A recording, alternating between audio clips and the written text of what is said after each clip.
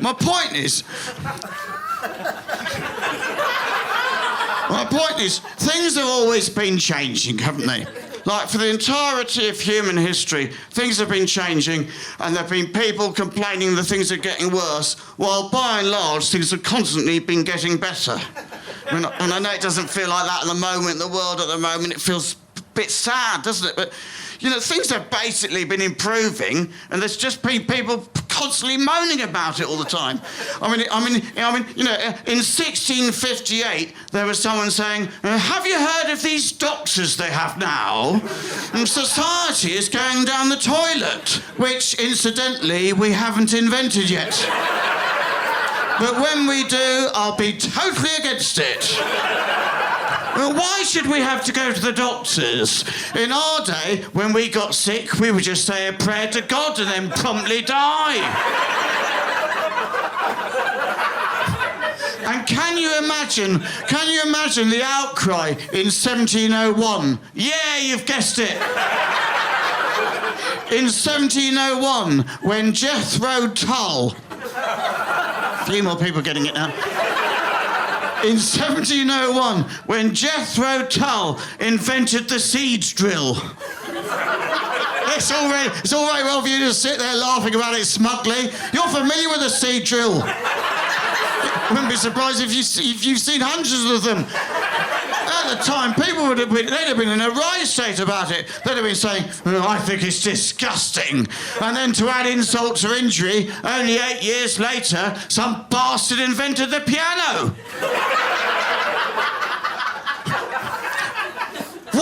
What's next? The clarinet? Yeah, it was the clarinet. Yes, the order was C drill. Are you concentrating on this? The order was C drill, piano, clarinet. If you learn nothing else tonight, learn that, memorise it. And in 1785, when Jean-Pierre Blanchard invented the first working parachute, as opposed, obviously, to a non-working parachute. But actually, when you think about it, a non-working parachute is literally anything that isn't a working parachute. For example, a table. That would be an example of a non-working parachute. A pair of reading glasses. A faulty parachute. That's another one. Another example. And a concrete breeze block hurtling onto the fast lane of the M6 with a 14-year-old head attached to it. And it's interesting, isn't it, that the people who are against change, the people who are afraid of change, they hate it in every context, don't they? Everywhere there's change, they're against it. They hate it in every situation, except one. Climate change. Yeah, they don't mind that, do they? Ooh, it's a disgrace, isn't it? You can't say filthy bender bum boy up the arse anymore. Oh, the Arctic tundra's melted. Not a problem. And it's ironic, isn't it, that the Christian right, they believe so strongly in fossil fuels, but they don't actually believe in fossils.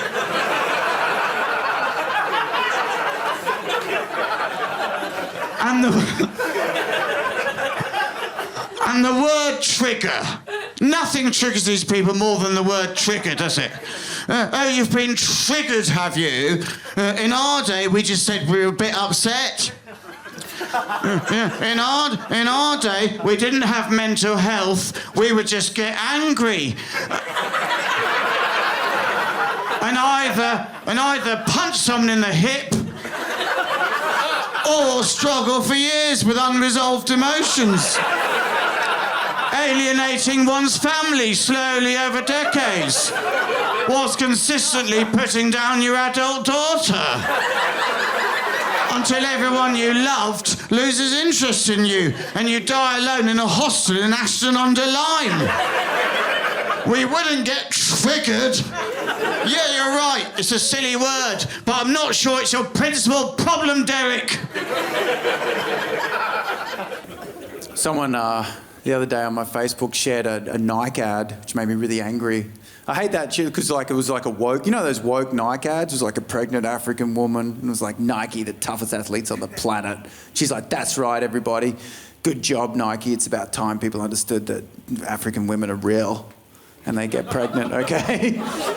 But I hate that shit because Nike is like the worst corporation. Like, they've just got accused of slave labour. Like, they just use wokeness to hide the evil shit they're doing. Do you know what I mean? Like, you just know they would have had a boardroom meeting where they're like, look, guys, we've been accused of slave labour again. We need to ramp up the wokeness. Suggestions, what do you got? Okay, what about this? An ad, it's Serena Williams playing tennis with 2 white women. And it's like, Nike, dream crazy. So I think we could be a little more woke than that. Okay, Usain Bolt holding hands with 4 Asian men as they run through a refugee camp. Nike, dreams take struggle. Good, Richard, but I don't think you understand. We need to distract from slavery here. We need way more wokeness than that. Okay, a lesbian Muslim playing soccer with a disabled Jew. Nike, dreams unite. Better, Richard. Now you're on it. I can see you're on it. More, though. I know you've got more. Okay, a non-binary Asian trans woman runs through a stadium of disabled Arabic men. When they cross the line, boom, close up on a midget. Brilliant, Richard. You've done it again. Brilliant. That's a little bit offensive, though. It's not midget, it's little people. Excuse me. We've been trying to get them into basketball for years. I wish they did good but had fucked ads. Wouldn't it be better if it was the other way around? Like, people actually did actions and then said the opposite? I would rather that, wouldn't you? You know what I mean? Like, their ads are fucked, but they're doing amazing things, paying their workers, crazy shit. But their ads are fucked. Like, Michael Jordan walks out, he's like, you'll never be me. Look at you, you fat fuck, sitting on the couch, you're drinking custard, you think you're gonna fucking put on my shoes and slam dunk? You're shit, you're fucking nothing.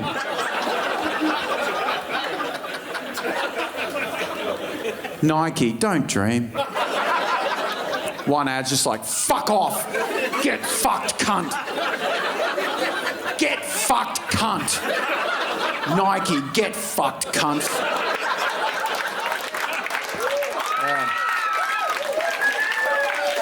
Good one. I remember Strictly Come Dancing and the Great British Bake Off.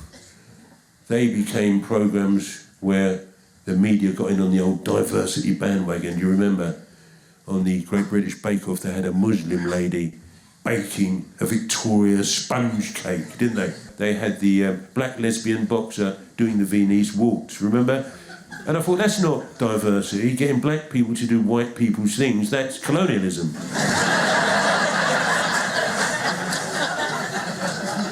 To me, diversity would be to get white people to do black people's things. So instead of a programme like Who Do You Think You Are, you could have Where You From? No, Where You Really From?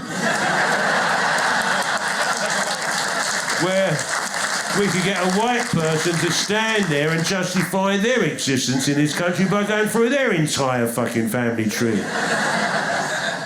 Immigrants in the Attic, that was one of my programme ideas. Stop and Search, where we see people like Nigel Farage being tasered outside Brixton Tube Station. Modern life is too stressful. Yeah, right. And you know what it is? It's our phones. That's not a new theory. It's our fucking phones. We shouldn't have these things. They're like crystal balls we keep in our pocket that can tell you anything at any time. Local news, world news, news from your life. And you look at it, what, 30,000 times a day? No wonder you're a bit on edge.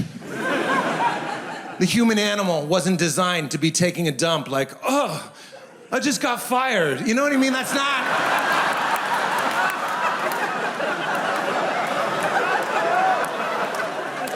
That's not how the human animal was designed to get bad news. It's our phones, man. You know what doesn't help? Maybe you have a friend like this. Every single time my wife looks at her phone, I'm not joking, every time she checks her phone, she goes like this. She goes, oh no. Oh. I'm a big guy, but I scare easy, you know what I mean? I got the temperament of a Victorian ninny. I'm like, heavens, you know what I mean? I clutch my pearls, I cinch my robe. I'm always like, what? What do you see in the oracle, woman? What doth the black mirror show you? She's like, one of the actors from Bones isn't returning to the show. I'm like, God damn it!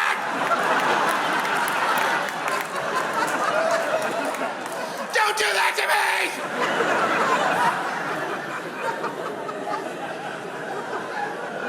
me! Technology's a trip, man. Like, I don't work in an office, obviously.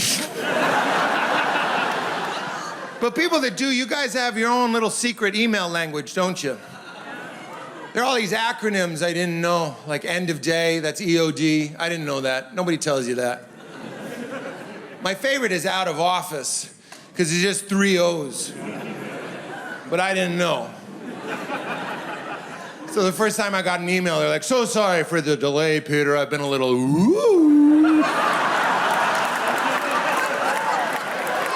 I'm like, what does that mean? Sorry for the delay, Peter. I've been a little ooh. Like you're all dolled up on 34th Street, waving a hanky at the boys. That's why the email was late? Twirling a decorative paper umbrella with white gloves on? I don't understand. It's fine. You've been a little ooh, I've been a little ah! It's fine. Take your time. Take your time. My dad just got his first iPhone. He went from landline to iPhone. 80 years old. Yeah, no. That's not a dad. I want you in a swivel chair at a desk writing a check, landline tucked under your chin. That's a fucking dad. I don't want to see you like this, scared of Shazam. I don't want to see that. We were having dinner at an Italian restaurant. We got there first. Me, my wife, and my daughter, we got there first. And I watched my dad walking in, and he's mashing his iPhone with his huge, thick Boston dad fingers. Whatever you're picturing for digit girth. Quadruple it. My dad's got like 5 floppy donkey dicks on each mitt. He's blindly donkey dicking the screen with his thick donkey dick thumb. I know he can't see it. It's down here just mashing it. I go, Dad, what are you doing? He goes, I'm trying to tip the Uber driver, Peter. It's a perfect impression. Because I'm trying to tip the Uber driver. I go, give me the fucking phone. I didn't say that. I'm terrified of my dad. I was like, perhaps I could help you, Papa. Oh, King of Kings. Now, Portland, I didn't fly all the way here to lie to you tonight. My dad had donkey dicked the screen so many times that he had swapped from Uber to Uber Eats. That's only one donkey dick. And he was on the checkout page, and there were 36 steamed vegetable dumplings in his cart. From a nearby Chinese restaurant. And one more donkey dick, they would have been on their way delivered to the Italian restaurant we were currently eating at. 36. My dad does not want 36 steamed vegetable dumplings. None of our dads do. But my father is a proud man. He's never admitted to a mistake in his life. In front of his family? What are you, nuts? So part of me wishes he had donkey dick the order button, just so I could have watched him fake it. So a guy walks in with a brown paper bag, my dad would have been like, oh, good! The appetizer's here! As I destined. He would have ripped open the bag, pretended to not be shocked that it's 36 steamed vegetable dumplings. And he would have dipped those shits in marinara with unbreaking eye contact. Just like, I've never made an error, Peter. Never, not once. Now let's all eat my mistake. As is our family's agreement.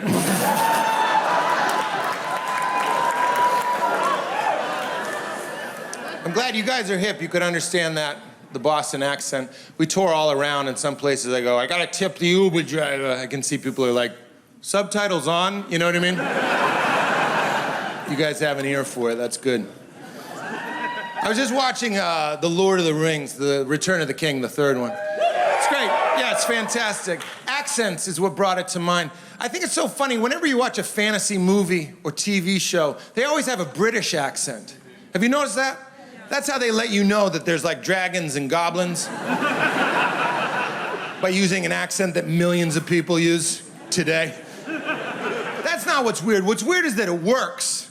You buy it. They're like, Gandalf, we need to go to the apothecary. And you're like, oh, are these real hobbits? Like, you buy it. Is this a documentary? Like, it's real.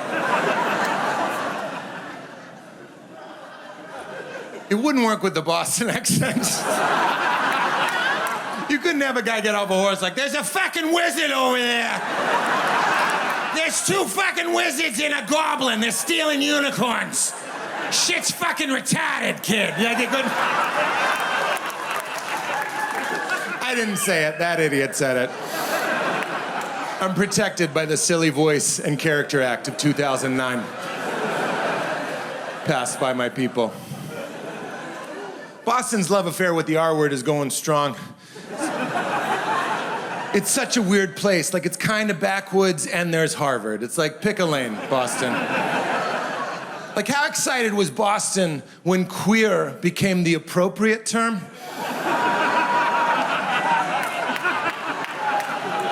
If you're not laughing, it's because they don't know anything happened. Do you understand? They've been going strong with queer the whole time. They were grandfathered in to being politically correct. They were just holding on to queer like GameStop stock. They just held on to it. They were diamond hands on queer. Then one magical day in Somerville, Mass, they're like, this queer likes that I'm calling him a queer, like it's magic. They don't know what happened. Whenever I go back to Boston, they always say the same thing. They go, you've changed, kid. You're all California now. I think it's because I acknowledge the existence of human emotion. Like, I'll tell you the most Boston story I can tell you. A couple years back, one of my best friends in high school, his dad got cancer. He got through it. He's okay now. But when he was diagnosed, it was close to Father's Day, so I decided to give him a call. And it was one of those friends that I've had for so long. I knew his landline phone number from heart, you know what I mean, by memory. Called him up, like it was 1991. It was perfect. The dad answered. I was like, hello, sir.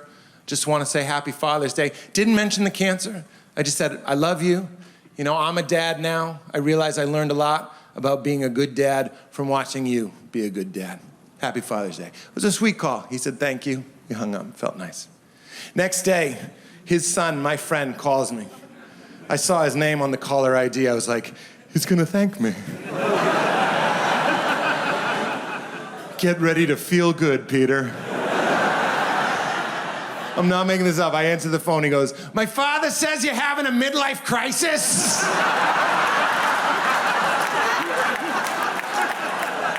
That's Boston. He goes, you said you love him? What are you, queer? That's Boston. And you can see the difference between Americans and British confidence in the way that we market our towns. So like Americans will have a huge plaque, huge sign outside their town saying, welcome to historic Tote, population 704. Visit our museum, visit our cultural center, take in all the wild stories that make up this sweet town that was formed in Ye Olde, 1976. Whereas in Britain, we've got like a small sign that says, founded by William the Conqueror, but we've got 12 vape shops. Been a rough couple of years for the Armenians worldwide. There was some war crimes committed against us. There was a blockade or two. And then you try to tune into the news, it doesn't get, no matter what happens to Armenians, it doesn't get on the news. You tune into CNN and they're like, the Armenians, we've heard the word, we don't know what they are. Armenians are out there, I guess. If you want to find out more, we suggest you go to tune into the BBC. They'll know. Turn on the BBC, they're not much better. They're like, the Armenians. What really are the Armenians? Armenia, a faraway land, beyond the boundaries of human empathy. Do they truly deserve human rights? To answer this question, we'll be joined this hour by two experts. One of them, a sitting cabinet member in the government of Turkey, and the other, an executive at a petroleum corporation. I reread the Bible last year. And a lot of stuff gets said about the Bible. Let me tell you something I don't think gets said enough. It is a riveting read. It is riveting. The language is poetic, the characters are flawed and intertwined, the imagery, the ideas. Christianity is not a religion. It is a book club that got out of hand. You know? Aren't they all in a way? Like, it's the great mystery of humanity, don't you think, the Bible? Is it real? Is it made up? Both answers are amazing. Both. Either it all happened and that's one thing, or it was made up. And I hope to God the Bible was made up. Because if the Bible was made up, is without any shadow of a doubt the greatest work of art that humans have created. Without any shadow of a doubt. 2,000 years old, we got it right. First time. No other creative endeavour has inspired that much love, that much devotion, that much anger. No one has ever said, Back to the Future is so good, I will murder anyone who disagrees with me about it. No one straps a bomb to their stomach and goes, this is in the name of Chandler Bing! You know? Like, we have priests and nuns because of the Bible. That is how good this book is. I think comedy is art. I don't think comedy will ever attain that level of art. Ever, ever. Hey, was Sean McLoughlin funny last night? Funny? I'll never have sex again. I'm going to Africa tomorrow to talk to them about Sean McLoughlin. I'm bringing him to Uganda. No, the Bible gets a kick in the Bible. It really does. But it's a good book. It is a good book, and that's why there's so many different versions of it, so people can share those stories with their communities. And everybody has their own Bible. Be you Coptic, Ethiopian, Lad. You know, there's Bibles really.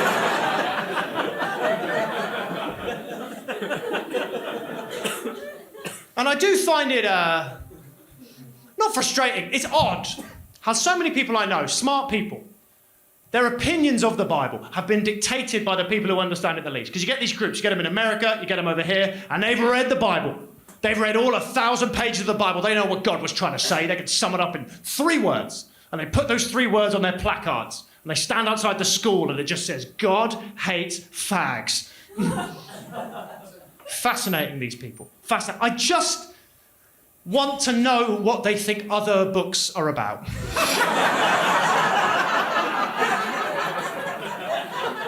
Like, if they hated the Harry Potter series, what would be on those placards? You know, broomsticks are expensive.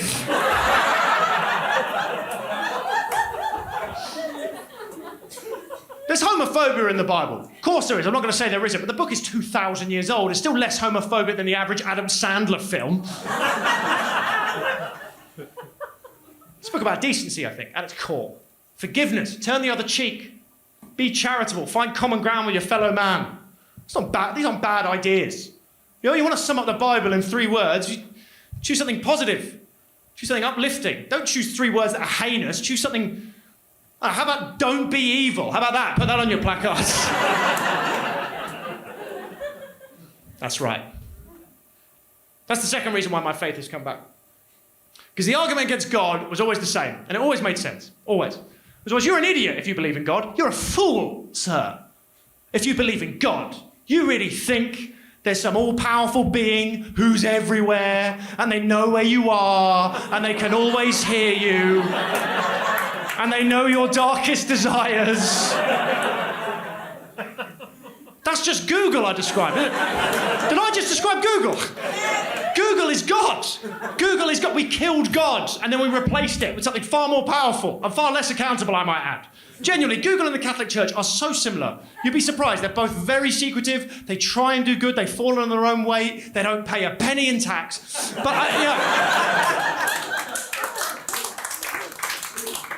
But at its core, the Catholic Church wants people to be good. Fundamentally good. What does Google want? What does it want? It just wants to sell us shit. That's all it wants to do. But it's God. Google is God. It's technology, religion, future and the past. Symmetry. And I'm not, who am I saying? I'm not better than... Am I better than anyone? I'm still on Twitter, I'm still on Facebook, I'm on all that stuff. If you want to contact me directly, by the way, I'm on the Daniel Bedingfield Shot 2pack@hotmail.com.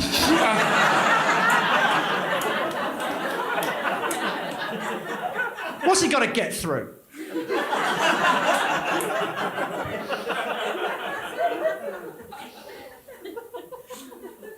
Maybe there is still salvation in this world. We killed the gods, but maybe the new ones will bring us something good.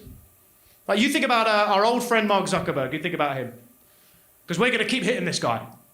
We are going to keep hitting him and hitting him and hitting him, and one day he might just snap. He might just give us what we want. He might walk out onto his front lawn and go, "You hate me? Fine. You gave me all your data. You fucking gave it to me, remember? Well, you don't want me to have it anymore? Okay. I'll give it back." And he'll go to a massive hard drive he has in his house, and he'll press a button, and he'll release everything. Everything he's got on WhatsApp, on Facebook, on Instagram. He'll go, "Here you go, you want it back? Here's all your data. Here's all your secrets. Here's every late night WhatsApp message you've ever sent. Here's every drunken Facebook message you've ever sent. Here's what everyone at work really calls you. Here's what all your family think of you. Here's all your secrets. You wanted it? Also, here's your genitals. Here's every picture I've got. Here's your dad's dick. Here's your old math teacher's vagina. You want it? Here it is." And he'll release everything. Everything released. A moment of total absolution. And we won't even know where to begin with the amount of information we receive about each other. How can we process that? What? Mary isn't vegan and hates Muslims? What? Everyone knows I shat my pants at the fax machine. That lanky comedian wasn't Lionel Messi. Everyone will know it. Everyone. And we'll just run out into the town square and we'll just look at each other. Everyone will know each other's secrets. Everyone will know each other's business. And for the first time in history, no one will have the high ground. No one. And people will try and claim it. They always do. Like first, a politician will stand up and say, "Well, what I think we should do is..." And everyone will go, "Why should we listen to you? We all know you shagged that duck." And then an academic will stand up and will say, "Why should we listen to you? We all know your favourite film is Boss Baby." And then a handsome man will stand up and we'll go, "Why should we listen to you? We all know you're not really the bass player from Travis." And what do we do in that moment? What do we do? Do we relearn those old ideas? Everyone makes mistakes. Everyone deserves another chance. Or do we do the one thing we're so fucking good at? Do we find someone to blame? Zuckerberg. We find Mark Zuckerberg. We find out where he lives. God shows us through his maps. And we go to his house and we drag him outside and we make him take that massive hard drive with him. It caused us so many problems, so we make him carry it on his back through the city. And the crowd roars as we rip off his clothes and someone fashions him a hoodie of thorns. But we don't want the algorithm to know that it's figured us out, you know? Like, there are dudes in this room who are getting hair loss commercials on their phone and they think they're not losing their hair. It knows. Your phone knows. You know how I know that? Because it's got 1,000 photos of your fucking head in chronological order. Just watching this guy get bigger and bigger and bigger. And I get it, I'm the same. I don't like to think technology's figured me out. I'm on TikTok, which is embarrassing to admit because I'm in my 30s, but you got to corner that Chinese comedy market somehow, right? You got to get in there. And this is what TikTok shows me, right? This is what I see on my TikTok feed. All I see, and by the way, what's important to know, all I follow, stand-up comedy, fitness gurus, shut up, and sports highlights. That is all I follow on TikTok. This is what TikTok shows me. Very attractive women dancing. How does it know? Because I'm not upset. How does it know? I've never clicked like, I've never commented, I've never followed, I've lingered. But that's it. All I see, video after video, very attractive women. Even I'll try to throw it off the scent actively. I'll go around. The other week, I just went on, typed in book club, just looked at video after video, liking, commenting, seems like a great read. Went back the next day. Now it was just the same chick, but with war on this tit and peace on this one. I was like, how do they know? How have they figured us out? I'm just a heterosexual man. Who would think we like tits? And look, sometimes I'll give in. I'll jerk off to these videos in 60-second increments. And when I finish jerking off, I'll swipe up and it's an ad for Uber Eats. And I'm like, fucking TikTok, spot on again. With all this jerking off, I've had no time to cook. And before I had a kid, the majority of my day was spent unsubscribing to emails. That was a big day. That's a lot of work, unsubscribing to an email. You click it, it goes, are you sure you want to unsubscribe? And you're like, yes. Well, do you want to manage your preferences? I guess so. Well, you got to log in. Well, I've got my password. Well, you got to reset your password. All right, we've sent you an email. That's the opposite of what I wanted to happen. You open the email, they're like, here's a verification code. I'm like, what do I do with that? They're like, take it outside. What? Take it outside. There's a man in a robe with a beard. Tell him the verification code and he will give you the sword of destiny. Take the sword of destiny to the tallest mountain and slay the troll. And the blood of the troll will seep down the hilt. Stand on the summit and scream your verification code into the air. And an angel will descend from a cloud. His name is Alessandro. He will wrap his wings around you. And he will hold you close and kiss you passionately and say, are you sure you want to unsubscribe? You'll be like, Alessandro, I don't know how you got my email in the first place. I used to be the guy who opened every email. You know, there's two kinds of people. People with a clean inbox and people with that little red square with 7,000 unread emails. I used to be the first guy because I'd open every email. I'd enjoy every email because every email had a bit of personality. Like if you got a free trial for a streaming service, I like that email because it's a very seductive email. They write it to be sexy, don't they? They're like, hey, big guy, do you want a free trial for a streaming service? I'm like, yeah, I'd love a free trial. What's your credit card? I thought you said it was free. I just want to look at it. Send me a photo. Seductive email. I really like a security alert email.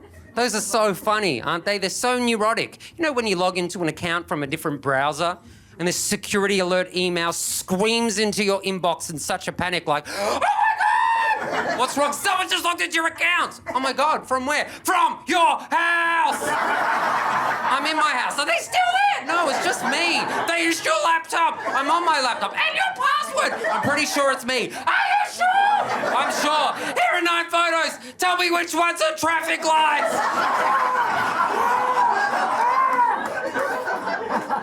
I only like restaurants that proudly advertise themselves as being farm to table. Oh,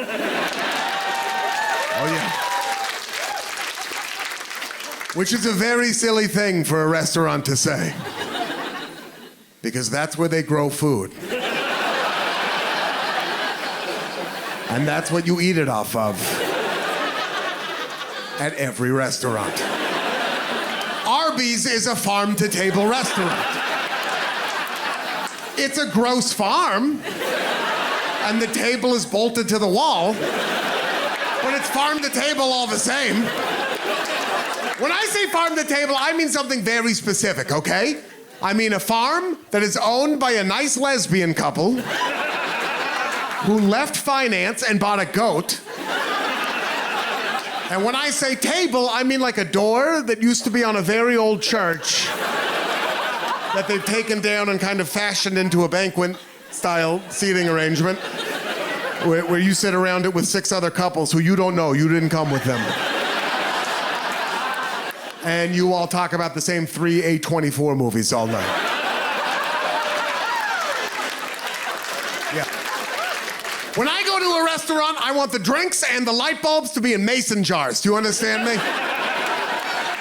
I like restaurants that have an ampersand in the middle of their name. They cannot spell out the word and. It has to be a cutesy little ampersand, right? It has to be like Turkey and the Wolf. Or the Girl and the Goat. I would eat at Indiana Jones in the Kingdom of the Crystal Skull. Every time I go to a restaurant I like, the server comes over and they say the exact same thing. They say, "Have you dined with us before?" Because we do things a little bit different. Never once has it been different. Never once has the server been, "Have you dined with us before?" Because we do things a little bit different. Now take your shirt off and get in the kitchen. You're making me dinner. Never. I've never ordered the charcuterie board and it comes out and so does Marina Abramovich. You know, she like sits across from you. It makes hard emotional eye contact the entire time you're eating.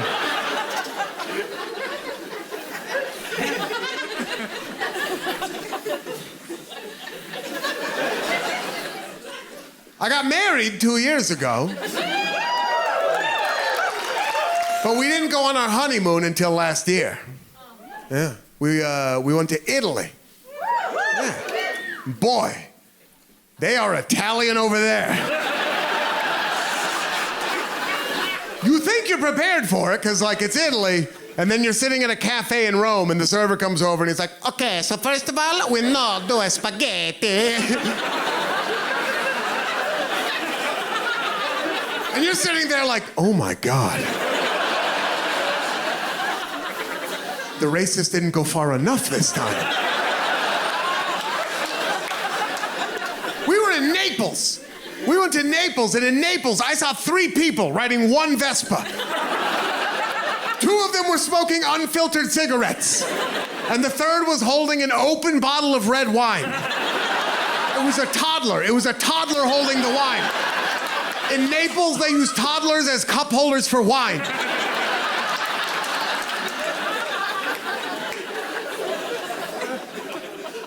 We went to the Vatican on our trip, which, as a Jew, does feel like a secret mission. I felt like if I made it all the way through without getting detected, I should get to kiss the Pope. And I just like, mwah, you didn't find me.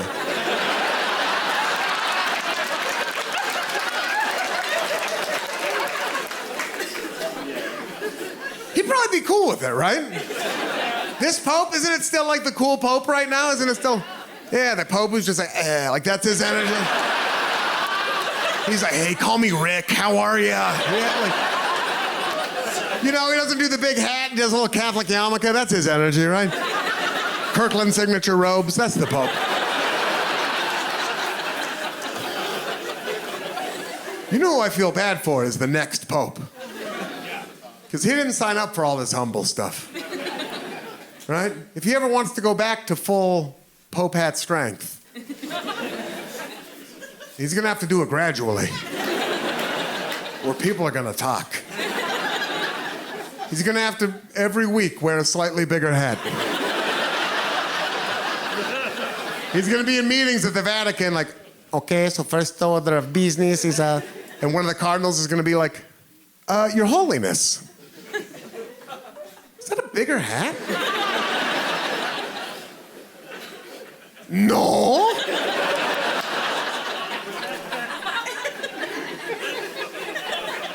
It's a different hat.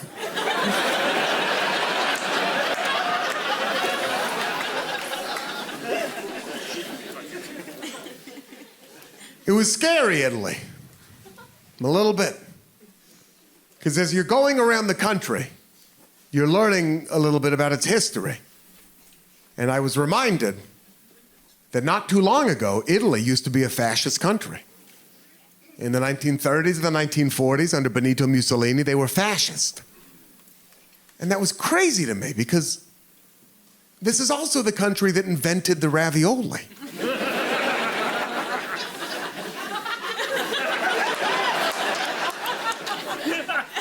And it's just hard to hold those two ideas in your head at the same time.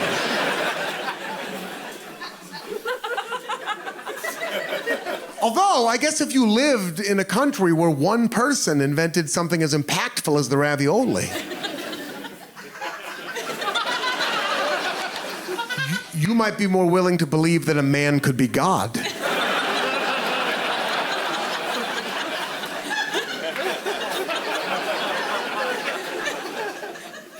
And then I thought about it some more, and I realized something startling. Many of the countries that have given us the finest dumplings on the planet have, at one time or another, succumbed to fascism. Think about it. Russia, dumplings, fascism. Poland, dumplings, fascism. China, in my opinion, the finest dumplings on the planet, but also, occasionally, unfortunately, fascism. So I guess the question that we need to ask ourselves as Americans is, do Hot Pockets count?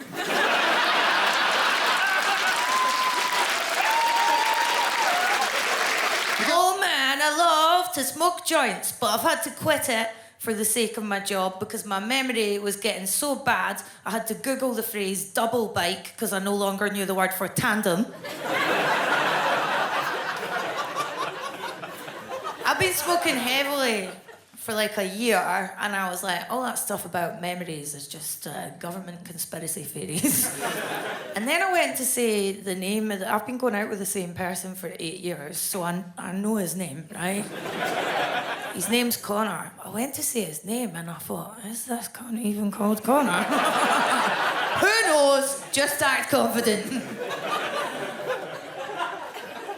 See, when I was growing up, whenever I saw Scottish comedy on telly, it seemed to rely on slagging off Scotland, and it was a kind of shtick that was like, oh, aren't we all just fat, illiterate bastards eating chips out of bin? That's what it was, right? I don't like slagging off Scotland. I'm not comfortable with it, apart from one crucial thing, and that is the world of Scottish amateur pornography, which I made the terrible mistake of watching. This is a real category of porn. I'm not making it up for the show. Don't watch it. But a lot of you are drinking, you easy.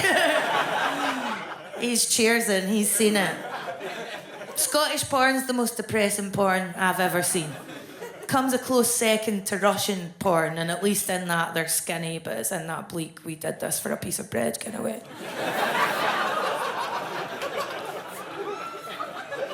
I've watched literally every Scottish porn on the internet for the purposes of this show. Some of the clips, you're like, how can I even tell these people are Scottish? There's not much dialogue. Let me tell you, I knew.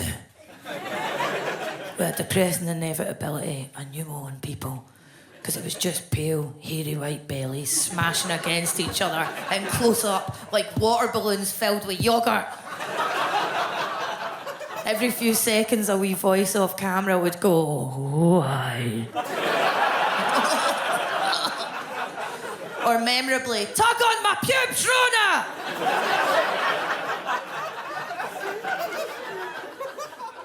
I clicked on this Pornhub clip. It said, Scottish girl fucked in London. When I put it on, literally just footage of me paying £1,000 a month to live in a basement. And I watch, like, amateur stuff rather than slickly shot professional stuff because it's more ethical. That's what a hipster am. It's more ethical. What they lack in muscle tone or symmetrical facial features, they make up for with a large degree of enthusiasm. You just know what I mean. I can see who watches it, yeah. I've had to stop watching it and go back to the professional stuff. I'll tell you why. Firstly, can't control the soundtracks in people's homemade sex tapes. I had to turn off someone's amateur porno because they were playing the song Everybody's Changing by Keane in the background. Oh, which will come first, climax or me killing myself? And here's another thing. I don't judge any of you if you want to make a sex tape, but for the love of God, would you lock up the pets beforehand? You know the number of times I've just sadly closed my laptop during a porno? Because there's been a couple pumping away in the foreground, really happy, really oblivious to just the sight of their proud cat sauntering in the background. Meow! This is my time to shine!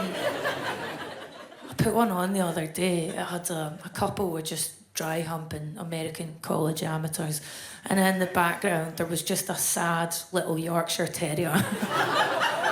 Dogs are pure innocence and goodness, just looking at them like, please take me a walk. I watch lesbian porn, mostly because straight porn is largely made for straight men, so it'll have these blowjob scenes that go on for 10 to 15 to 20 minutes. Well, why don't I just watch someone file a tax return? People who have very vibrant sex lives have a safe word to stop play. I mean, I don't know why I'm using a sporting analogy. I don't know what goes on there. But they do. I mean, I would have thought a good word to use would be no. Or hey, get out of it. That kind of thing. Surely that would do the job. But they have like all these banana. I mean, banana's probably the worst one you could use, I would say. It's the last thing you want bringing into the bedroom. I just think, like, I do actually have a safe word in my sexual life. I don't do anything kinky. I just find it quite time-consuming. You know, he's there humping away. And I'm thinking, I've got a full Kindle on the bedside table there. So I just whisper the safe word. I just whisper, Captain Tom. Hey, don't stop him. Speeds him up. Yeah? Hey, listen, don't sit there feeling sad because I've mentioned Captain Tom. This is what Captain Tom would have wanted. This is what he wanted. He wanted this, everyone out enjoying themselves. He wanted this and not a spa facility in his horrible daughter's garden. God bless you, Captain Tom. He's up there now, fucking the Queen.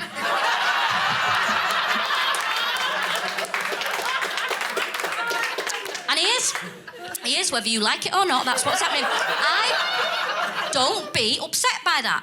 But the Queen, listen, it's till death do us part. She's not up there with Prince Philip. Till death do us part. That's it, you know. It's like when an elderly couple, you know, one of them passes away, the other one passes away. They're reunited now in heaven. No, they're not. They can do what they want up there. It's till death do us part. I hope my grandma is up there sucking off Elvis. And speaking of unwanted pregnancies, I've learned so much from my daughter. Just like, and one thing I learned that they don't really tell you about, but you have to like constantly censor yourself, edit your responses to the kids, like because kids will often say some really funny shit, just some gems, right? But you can't laugh because they didn't intend for it to be funny, so it's upsetting to them. It seems dismissive, and they're trying to be sincere, and so you can't laugh. It's you know, they take it poorly, and a good example of this, like this is 100% true. So when my daughter was about 4.5, my wife was out of town, and we were having breakfast. And there was a little lull in the conversation, and I'm over, you know, cleaning up some dishes and stuff. And then after about a minute, she says to me, and apropos of nothing, we had not been talking about anything like this at all. So she just comes out with this. She goes, "Daddy, I'm sad you're going to die soon."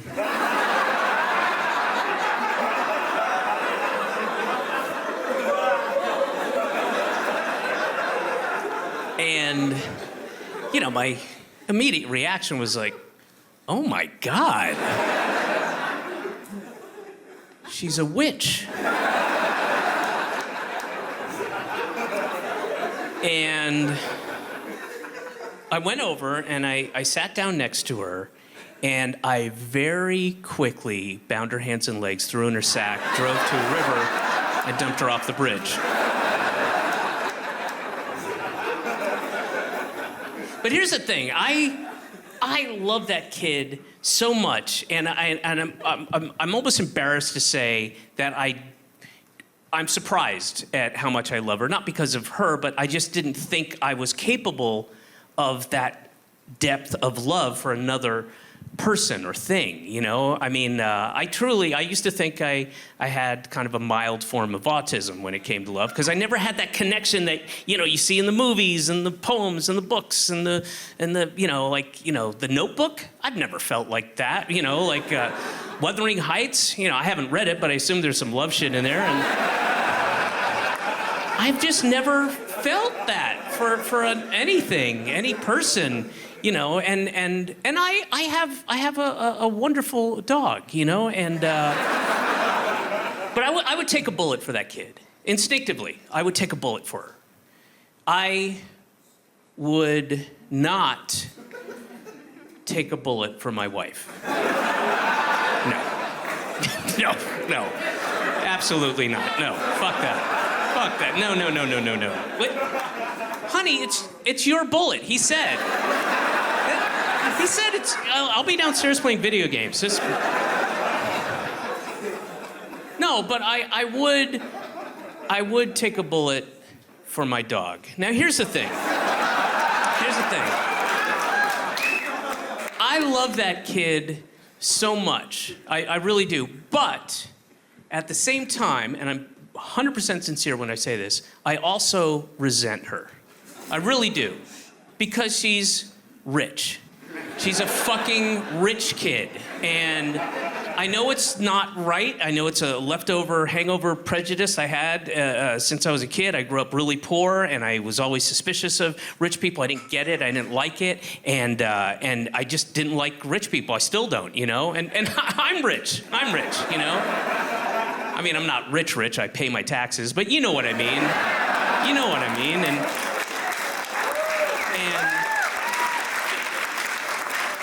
when that kid is whining about dumb shit, I'm like, oh, stop it. You're fucking rich. Stop, you know, you have central air. Do you understand? Are you hot? Push that button, you'll cool down. Are you cold? Push that button, you heat up. You have a teepee in your playroom that's not your bedroom. Can you conceive of how fucking rich you're sitting there eating an organic banana that your mother made me go to 3 fucking places in the rain to get you an organic banana. Like that fucking matters. It's the biggest scam in the world. It's bullshit. Anybody can throw an organic sticker on anything. Nobody does their due diligence. It's all. Also, are you eating the peel? All right, then who gives a shit? Why do I have to pay a 500% markup for a fucking organic banana? You're not gonna eat. Okay, so I'm sorry. Let me get this straight. So, our water is contaminated. Our air is polluted. Our homes are slowly trying to kill us. But yeah, an organic banana that'll set everything straight. Good. Hey, you know what? I didn't have anything organic until I was 40, and that was by accident, and I'm fine. All right. So seriously, quit your whining, young lady. Seriously, listen to me. Listen to me. Until you drive your 1982 Chevy Malibu with a broken side mirror an hour and a half through a snowstorm in a Western Mass so you can do a set for a bunch of disinterested, drunk, anti-Semitic, racist Christian patriots for $30 and a cold egg roll, then you can complain to me about how your purse doesn't have as many sparkles as Madeline's, all right?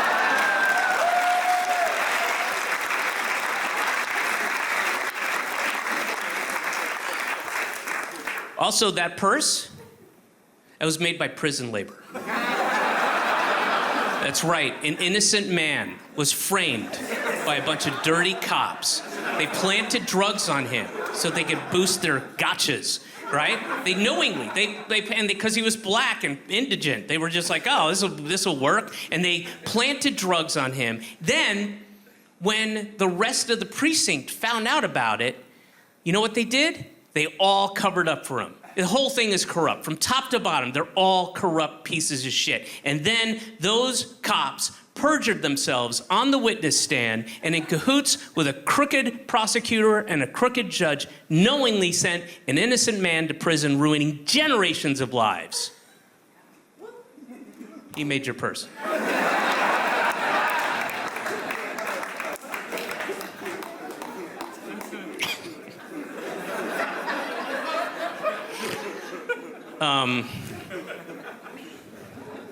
Another thing that's changed since I had a kid is news affects me more. It affects me differently. It affects me in deeper ways that I can't shake, that are depressing. And like before I had a kid, get up in the morning, cup of tea, turn on the computer, you know, and there's a Yahoo News front page, and be like top story, you know, a woman in Florida murdered her 3-year-old daughter. And you know, before I had a kid, I'd be like, fuck, man, that's messed up. How'd the Braves do? You know? Now that I have a kid, I see those stories and I cannot shake them. And they really are depressing and disturbing. And, you know, next morning, a man in Florida murdered his 6-year-old son. Jesus, fuck. God damn.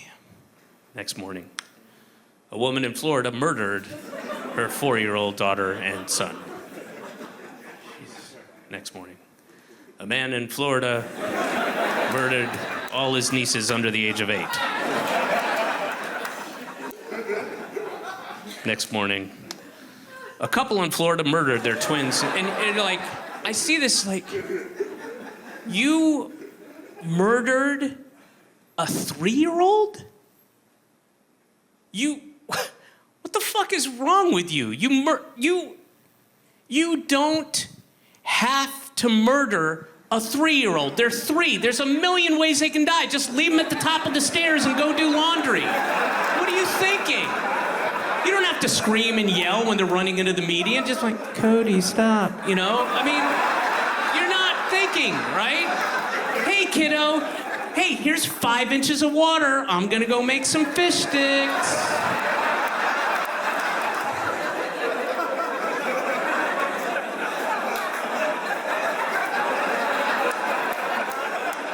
Oh no, I'm free. You know, what the fuck? And now you're gonna go to jail for the rest of your life. It's stupid, it's depressing. It's really disturbing and depressing. And also you live in Florida.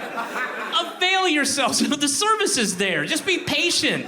You know, there's like a 32.6% chance they'll be shot to death by the time they're in 8th grade. Come on now. Is your kid black or brown? The cops will murder him for you. I mean...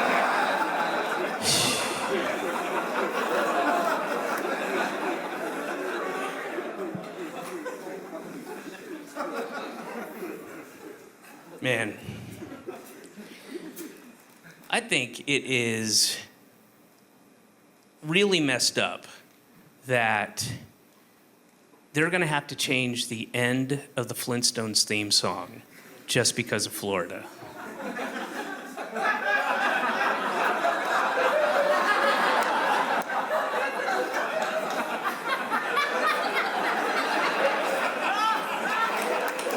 You get it? You guys do it up there? You guys get it? How about y'all? Do y'all get it up there? Back of the house? You guys?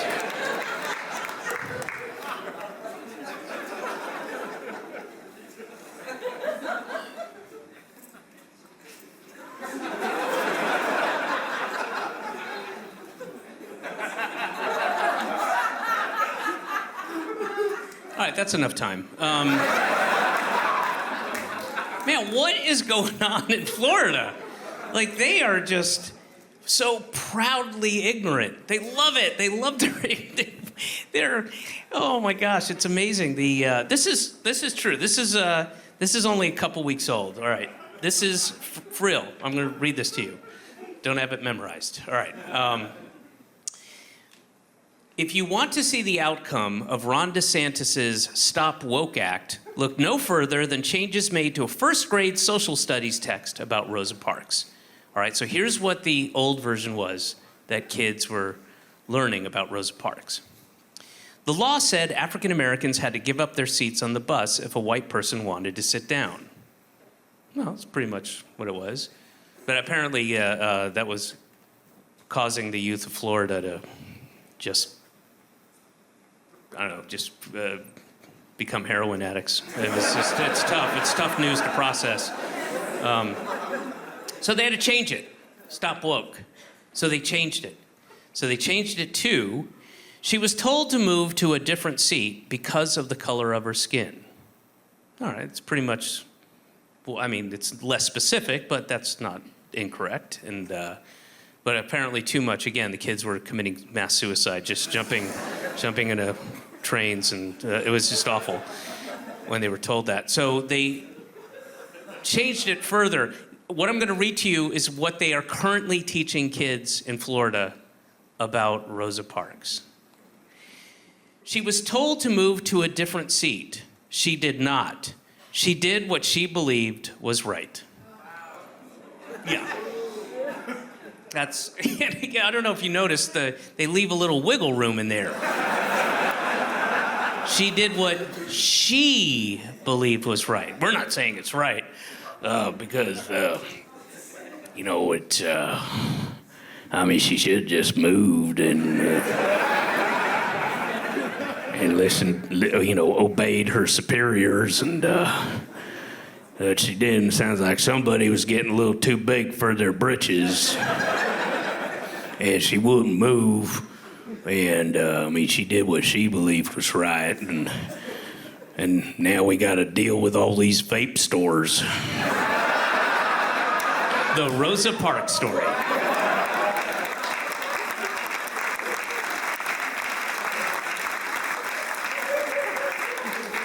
Martin Luther King Jr. told us all about a dream he had. But everyone knows it's boring when people tell you their dreams. He was rude and insolent.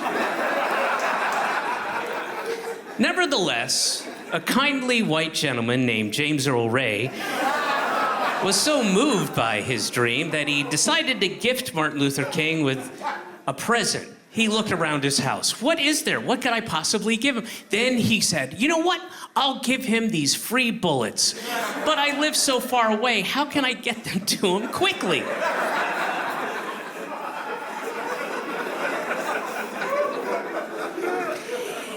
In Germany in 1932,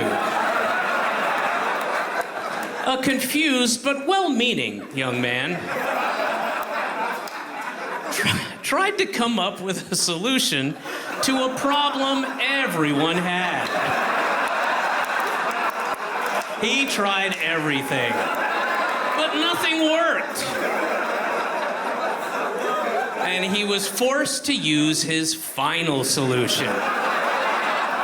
And although there were very fine people on both sides, two wrongs don't make a right.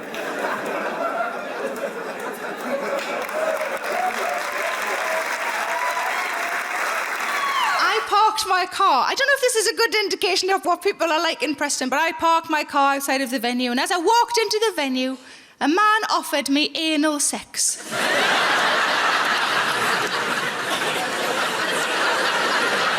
So I was late.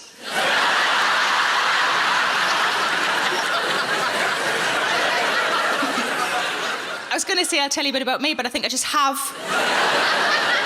It's lovely to be here, though. It's a nice temperature in here, isn't it? We'll get warmer as we go on, obviously, the lights and whatnot. I respond in quite a peculiar way to the heat, I think. Mostly sort of here. I realised I aimed that just at you guys in the front there, didn't I? Sorry about that. Hey, upstairs can have a go. There you go. Down there gets what I call claggy. Anybody else got a good word for that? Anybody else? Moist. Who said moist? Moist is a good word. What was that one? Sticky. Oh, there was a lady the other day said, what you've got there is LDF. I said, what does LDF stand for? She said, long day funny.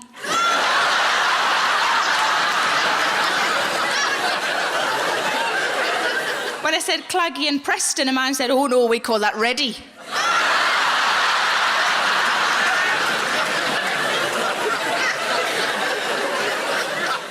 what I do when it gets moist and sticky? I just do a plie. I'm not a massive belly dancer, but if I was a belly dancer, I would clearly be a massive one. I just do that. You only get a couple of seconds relief because it mostly just slicks back together.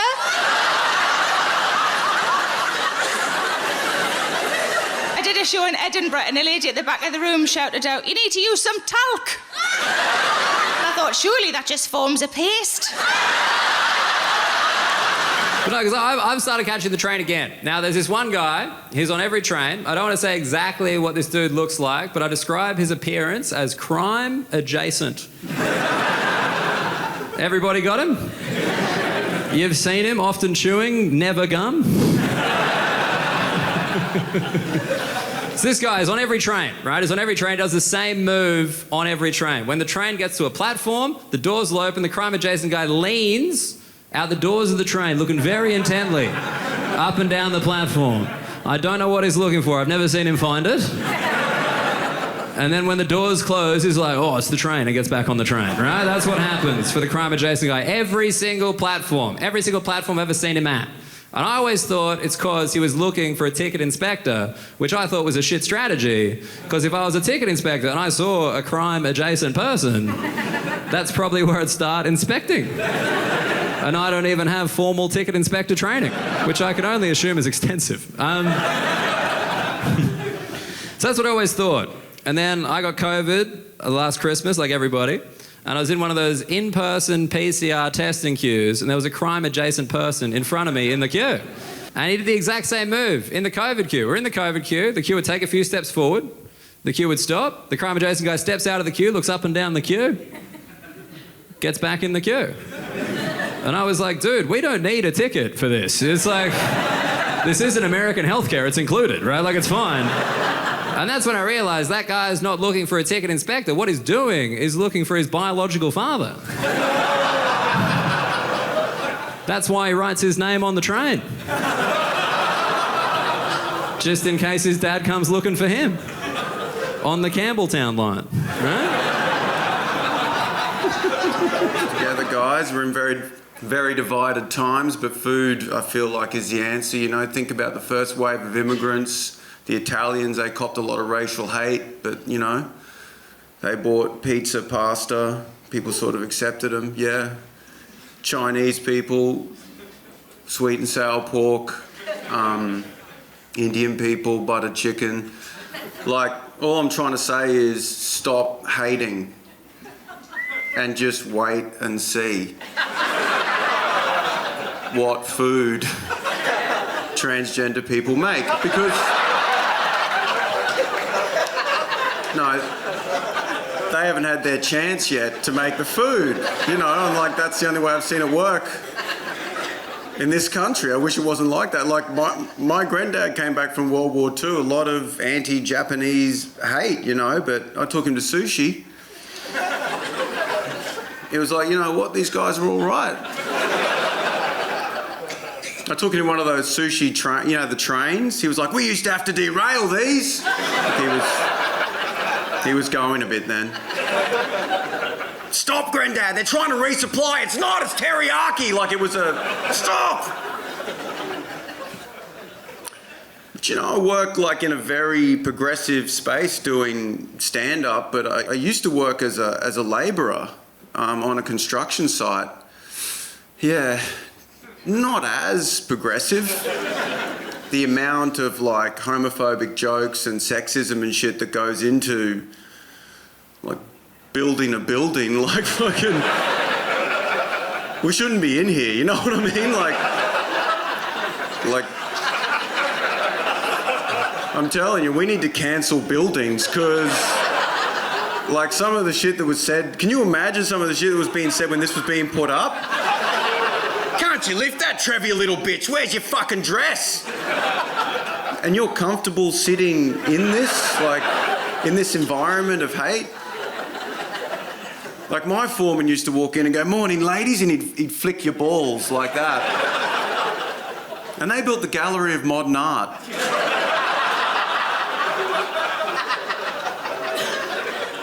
That's a space I worked on, like helping with the flooring of the Gallery of Modern Art. And I've been back since on that same floor during a cabaret festival. And there was all these naked men in body paint standing there with the light shining on them, posing in this performance art piece. But in that same spot, Trevor called me a gay cunt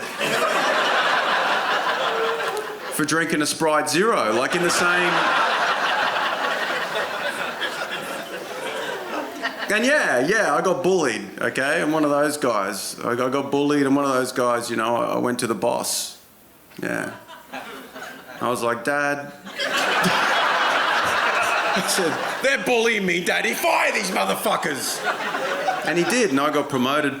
It's, I come from Yorkshire. I come from a little town called Goole. Yeah, if you don't know Goole, it's just a stone's throw away from York if you throw that stone onto a 2-hour train journey. But it's a weird town with weird people. I'll give you some of my favourite examples. So, I was back in Goole recently. I saw a man on a mobility scooter just driving along. A kid threw an egg at him. Then the man stood up off the mobility scooter. He ran after the kid and punched him in the face. Yeah. That made me proud to come from Goole.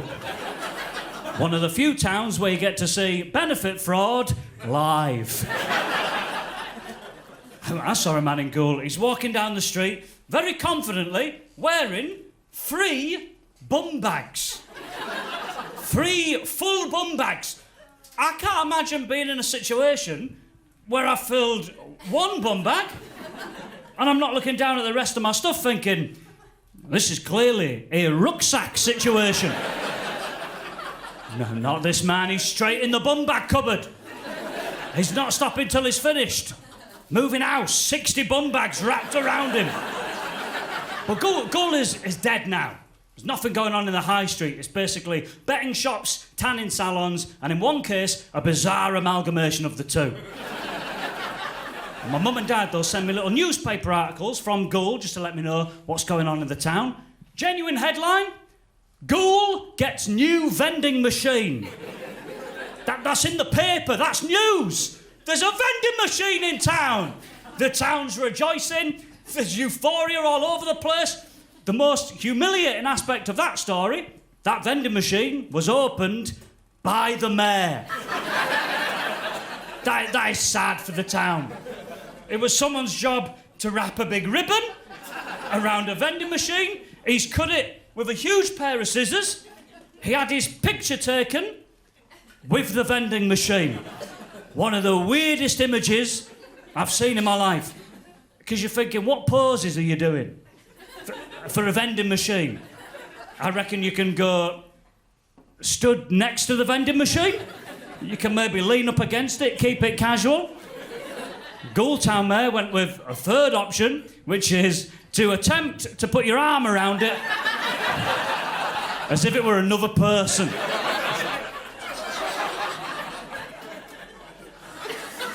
Have you noticed the more genetic problems a dog has, the fancier it is? Like if it's got breathing problems, the owner went to a private school. I think because it's in bad taste to have a Ferrari now, you just got to be like, yeah, I can afford to keep a Pomeranian bulldog on dialysis, I'm killing it. I got a litter of asthmatic pugs at home, yeah. I got a Labradoodle on enough Prozac to save Anthony Bourdain.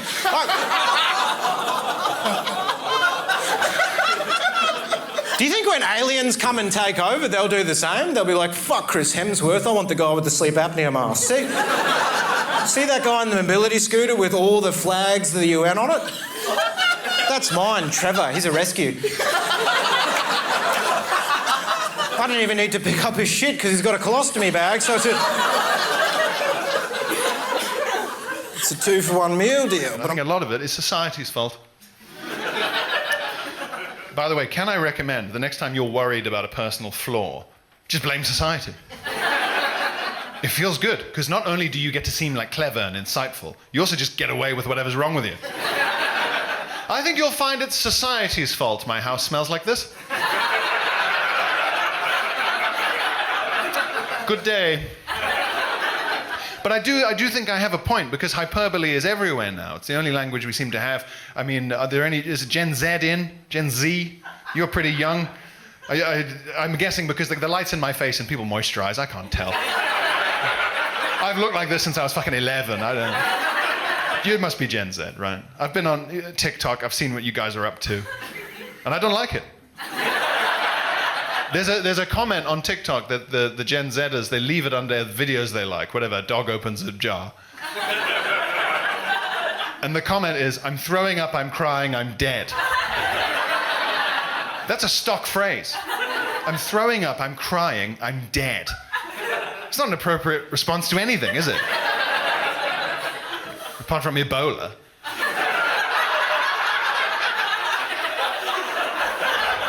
Fair enough, Ebola. But a dog opening a jar, no. And hyperbole is everywhere now. Like those reviews I mentioned earlier, like movie posters for theatre, musical. The reviews don't even make sense to me on those. I'll be on like the London Underground, say, and they got those big posters for the West End shows, and the quotes at the bottom will be like, this show left my sense of place in the universe shattered. And you go, oh my God. You read the next quote and it's like, I was sick into my lap. 5 stars. You're like, what show is this? I must know. And you look up at the title and it's a regional tour of Greece. And you just think, that can't be for that. That's not for that, is it? How could it possibly be? And it's all over comedy as well. There's a figure in comedy who is the worst for what you might call performative hyperbole, and I really hate him a lot.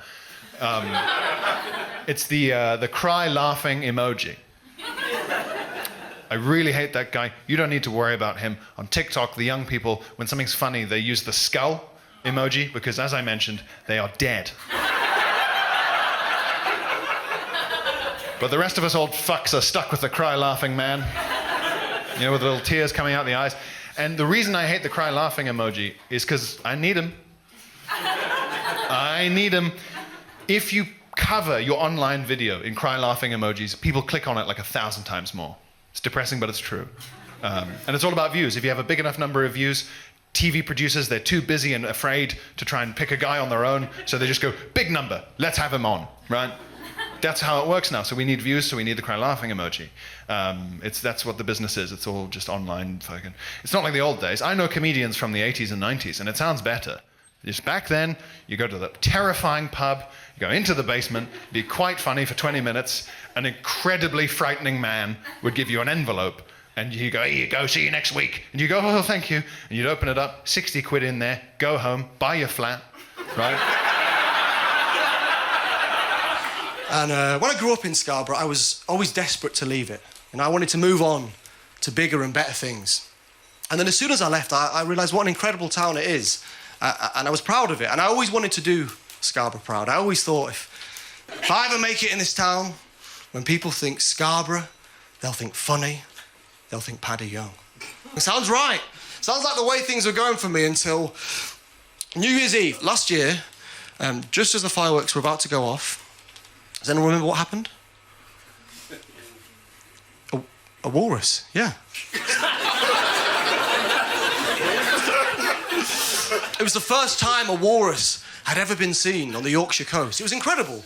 So we all got a bit closer to the walrus, then the walrus got a bit closer to us, then we got a little bit closer, and then the walrus started masturbating. Did you know that walruses masturbated? I didn't, no. No. Little bit defensive, if you ask me. No. Shutting all the tabs in his pocket, oh my fucking God. Shut down the subreddit, boys, he's got us.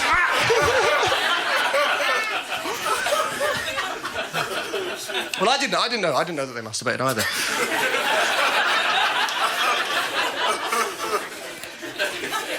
I didn't know they masturbate, but they're not normally in Scarborough either, so I don't know if this guy's just a bit of a Jack the Lad, turns up, wanks where he wants, goes home. Incredible. They cancelled the fireworks, he brought his own, my God. The line from the council was, they stopped the fireworks because they didn't want to cause the walrus any more stress. Now, I'm not an expert on walruses or stress. He looked fairly relaxed to me. He looked like he was about to have the nap of his life. The whole town enjoyed it. It was great. The elderly, the kids, we all learned something. It's a great evening. But in the wake of it, this walrus has become a bit of a viral sensation. People have enjoyed the video across the world. If you Google Scarborough funny, it's not Paddy Young. It's that fat, juicy cock. Lolloping about on our shore. It's so unfair. Like, look, I was a teenage boy in Scarborough. Like, do you realise how many wanks I must have had up there? Millions, probably. Never even made it in the Yorkshire Press. He's on the front page of the Guardian. I was keeping that water salty way before he crawled out there. So you can't just bash nerds anymore, can you? And it's fine. Don't get me wrong. I'm not a thug. I don't want to. But they've gone from being bashed to being revered in a very short time space. And I just think nerds would do well to remember what the inside of an S-Pen tastes like and adjust their adult behaviour accordingly. And I don't want to come out too hard on nerds either. I don't mind nerds. They're fine. There might be one here. I don't know. Some of them look like us now. But I think it's an equation as old as time itself, though. If you take a nerd and you empower them, you're going to end up with a pervert.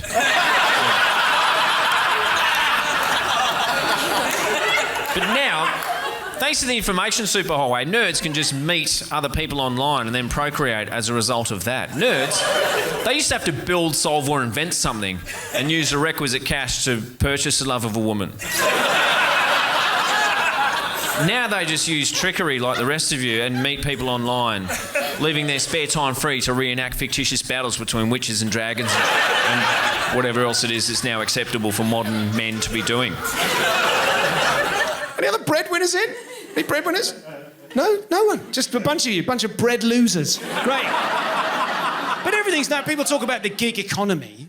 It's so weird. My job is, I'm so free, right? Comedy, stand-up comedy is the ultimate 0 hours contract, right? If I want, I'm so free, I'm free as a bird. If I want to stop working, ever, I can just die. Oh, it's extraordinary. I don't want to paint my wife as some sort of grasping, bread-hungry churl. No, far from it. We get on. She's great. We have very different leadership styles, me and my wife. We're both natural leaders. I think that's quite unusual for a couple. We're we're two leaders. Most couples, a lot of couples, I think, is one leader, one follower. And if you're in a couple now and you're thinking, I wonder which one I am, I've got some bad news. Some couples, presumably, two followers, but we don't hear much from them because they don't get out. But a few couples, I think, a small percentage of couples, two leaders. Now, I don't like to ask at shows, are there any couples in where it's two leaders? Because one time in a gig, at the back of the room, a little voice went, yep, and then there was a pause, and another voice went, no, you're not. And it was...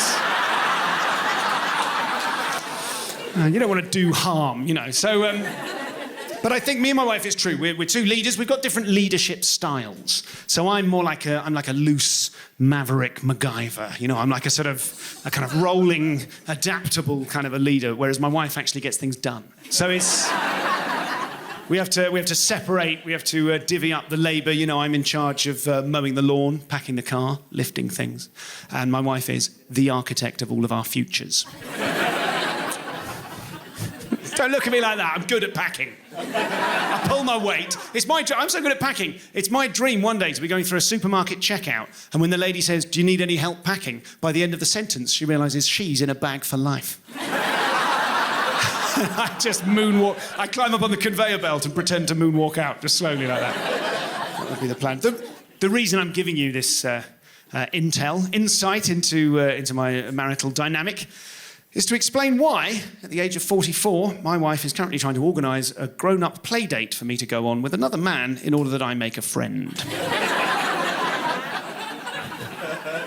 I want to be absolutely clear about this. I'm not lonely, But I moved to Bristol, I moved to a foreign city at the same time as I became a dad. So I don't get the chance to meet other dads, right? They all socialise during the evening and work during the day. I have to socialise during the day because I work in the evening because of you. And so I don't get to see them. It's just not fair. My wife can walk up to any other mum and go, hey, we should get a coffee, should we be friends? Suddenly they're friends. Doesn't work like that for men, does it? Not the system at all. No, the system for male friendships is you've got the kids you knew at school, minus one who died, and that's it. And that's how it's always been. That's how it's supposed to be. So we met this guy. We met this one guy. Ollie was his name. We met him at at a toddler rave. That's a thing.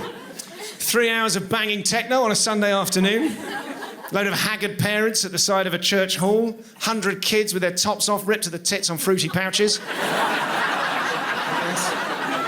I remember this one specifically because it was, there's always a costume theme, and this particular one was superheroes, right? And there was one particularly attractive younger mum had come dressed as Catwoman, and all of the other mums were like, oh, fuck off. It was just great.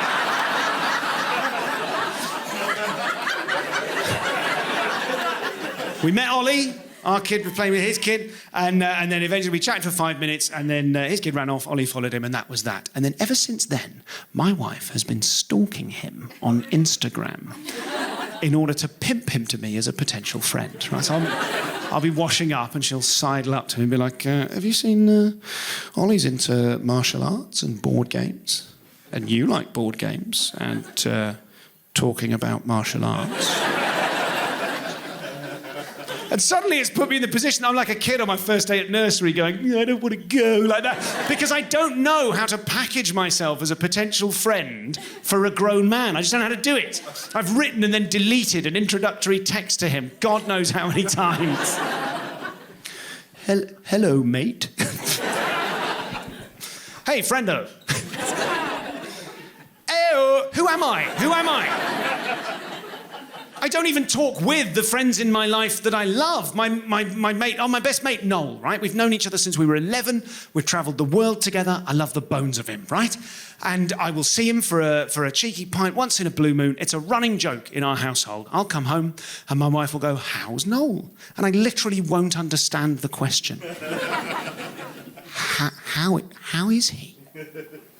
How is he? How is Noel? He is simply Noel. Immutable, unchanging. He reminds me of me, I remind him of him. That's why we hang out with each other. I can tell you what he thought of the movie The Suicide Squad. Is that what you mean? Is that how he is? And then she'll say something weird like, but hasn't his mum been ill? I don't know. How do you know that? Stop asking my friends questions, you weirdo. Because we don't speak with each other, we just talk at each other. We sit and conversationally groom one another like a pair of orangutans on a log in Borneo, picking fleas out of each other's fleece. Did you like the film? Yeah, yes, I did like it. You were like me. Yes, I am. Yeah. Did you enjoy Black Mirror the other day? Yes, I didn't like it to begin with, but then I did like it by the end. Yes, I'm the same, yeah. And tell me, are you playing that the Red Dead Redemption game on the PlayStation? No, I've had to stop playing that. It's a little bit too immersive. Yes, I'm the same.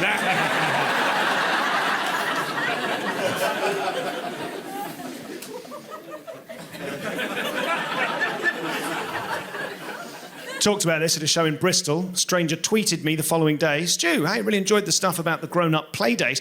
Just so you know, my friend Clive lives in Bristol and he's free during... That's not what this is! This is not some sort of pathetic, platonic pickup line. I'm not coming out here going, hello, men. I am very lonely and I wish to play Settlers of Catan.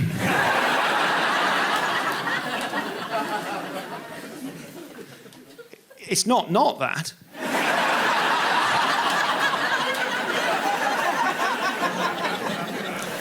Spanking, we tried spanking, it was not good at that either. Too tentative with the spanking, by all accounts. My wife said that I spanked like I was reassuring a nervous racehorse.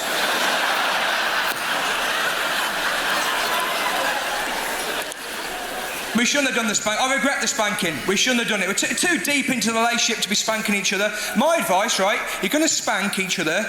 Do it in the first 6 months of getting together. Don't let 10 years of resentment build up before you bring that into the equation. I was spanked with a closed fist one evening. Does that sound right to you? Spanked on the jaw and both eye sockets. I don't think that sounds right to me.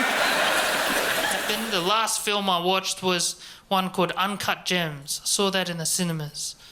Blew my mind, this film. This was amazing. High-octane Adam Sandler movie. I was taken aback by this movie. Beautiful stuff. As soon as the movie ended, I'm like, that's the best movie I've ever seen. I thought that. And then the credits started to roll, and I was sitting next to an old lady, and all she said was, there was a lot of yelling. And normally I wouldn't have said anything, like I let people have their opinions, but the movie, it affected me so much that I had to say something, you know? I turned to her, I was like, I wouldn't have had to if you give me some of your popcorn like I asked. It's me doing the yelling. But I watched that movie Little Women. Watched it on my iPhone. Get those women even littler. It's so small, couldn't believe it. I'm on the iPhone, I'm mucking about on there. I'm always trying to be ahead of the tech game. Do you know what I mean? You have to be one step ahead because you don't know what they're going to do to you. I'm trying to be ahead of big tech. I was like born into the computer era, you know? I thought I'd be always good with computers. Like I thought I could do computers forever. 5 years old, that's the first time I ever went on a computer and I was like, I'm good at this.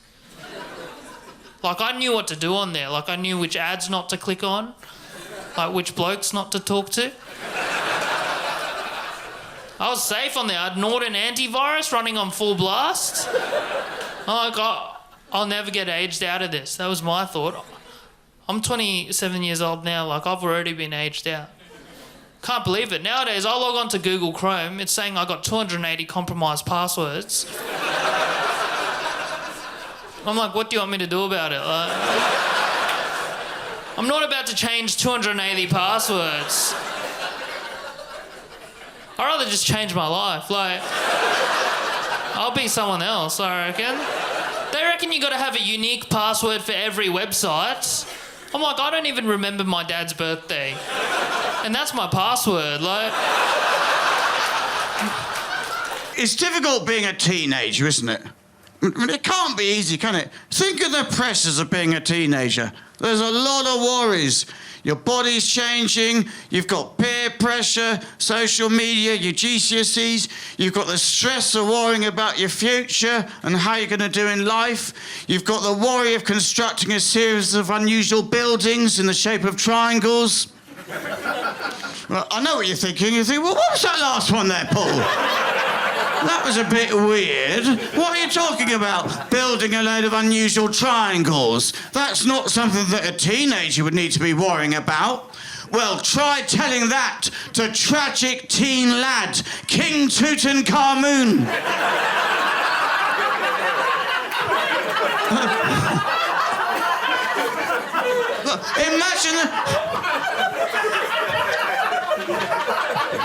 Imagine the stress he was under. He'd have loved to just relax and just concentrate on his Spanish oral. But instead, he was having to worry about the construction of a friggin' Sphinx. He'd have killed for his biggest problem to be, ooh, Charlie Jacobs has called me a slag on TikTok. That would be the least of his worries. You could think about that the next time you see a group of teenagers causing trouble in the park. You could do what I do. You can shout at them, what about King Tutankhamun? You've got it easy compared to King Tutankhamun. He had all the problems you've got, and he also had to deal with the destabilising influence of the cult of Aten. Drumming up civil unrest in the slums of Cairo. You think it's hard? are doing GCSEs, try making a marriage work, aged 14, while suffering from rickets, typhoid, and a number of other diseases they haven't even worked out what they are yet. They're still testing the mummy. I do admire racists in Northern Ireland. It's good to have heroes, no? I just admire people that have tough jobs. That's a tough job. Being a racist in Northern Ireland, it's such a white place that they have nowhere to put their racism. So they saw my slightly tan dad and were like, that'll do, we're in, we're doing it. It's such a white... Northern Ireland is such a white place. And people don't believe me. It fucking is. It's... Just ask Liam Neeson. If you don't remember what I'm talking about, Liam Neeson, on TV, in an interview, decided to tell a little story. He told the story about how his friend had been assaulted by a black man in Northern Ireland. And in his very Liam Neeson way, he went, so I got a bat. And I walked through the streets of Northern Ireland for 2 weeks trying to find some black bastard to beat the shit out of. Liam Neeson tried to find a black guy to beat up for 2 weeks and couldn't. That's incredible. And he just ran out of racism. After 2 weeks, he was like, they're fine, I guess. Because he had no one to be racist to. And I think that's the solution to racism. Just get rid of them.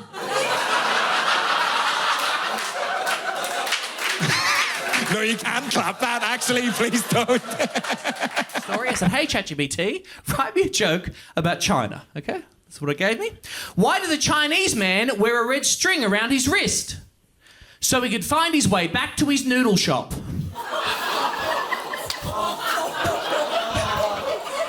Yeah, not cool, bro. All right, that's definitely racist. But I'm not sure why. It sounds like it was written by a guy who wants to be racist about Chinese people, but has none of the details. Yeah, bloody Chinese with their fucking red string in their shops, it's a disgrace!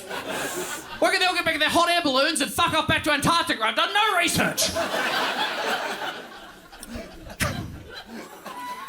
Jim gave me that joke, and then just a second later, this paragraph appeared underneath it. It said, it's important to note that making a joke about an entire country can be considered offensive. It's important to avoid telling jokes which demean a group of people based on their race, ethnicity, or culture. You just did the noodle shop joke. It's there.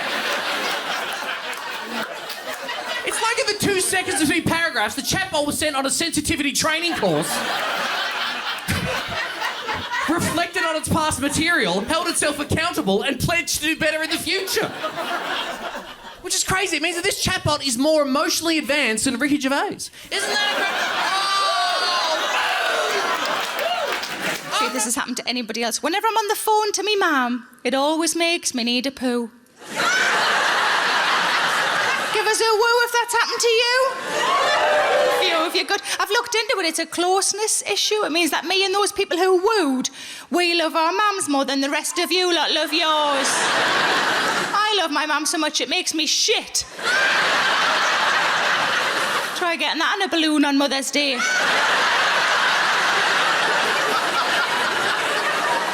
The problem with English people is that they think they're factory default. You know what I mean? Like, there's English, and then everybody else is so weird.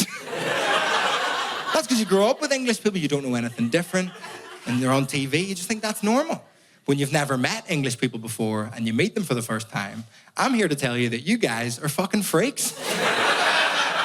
You're spooky, and I'm done pretending I enjoy your company, right? What are you on about, ever? And I moved to London at the age of 18 to study classical music at a music college. So I met the Englishest of English people of all time. Like, if you cross Benedict Cumberbatch with a crumpet, like, that's who I was dealing with. I remember moving over. I was very, very stressed, very upset about moving away from Belfast and moving in with all these English people. I was unpacking in residential halls, and my mum was there, and she was trying to talk me down from this emotional height. She was like, listen, Vittorio, they're not all bastards. They just talk like that. I was like, no, they're fucking dickheads, man.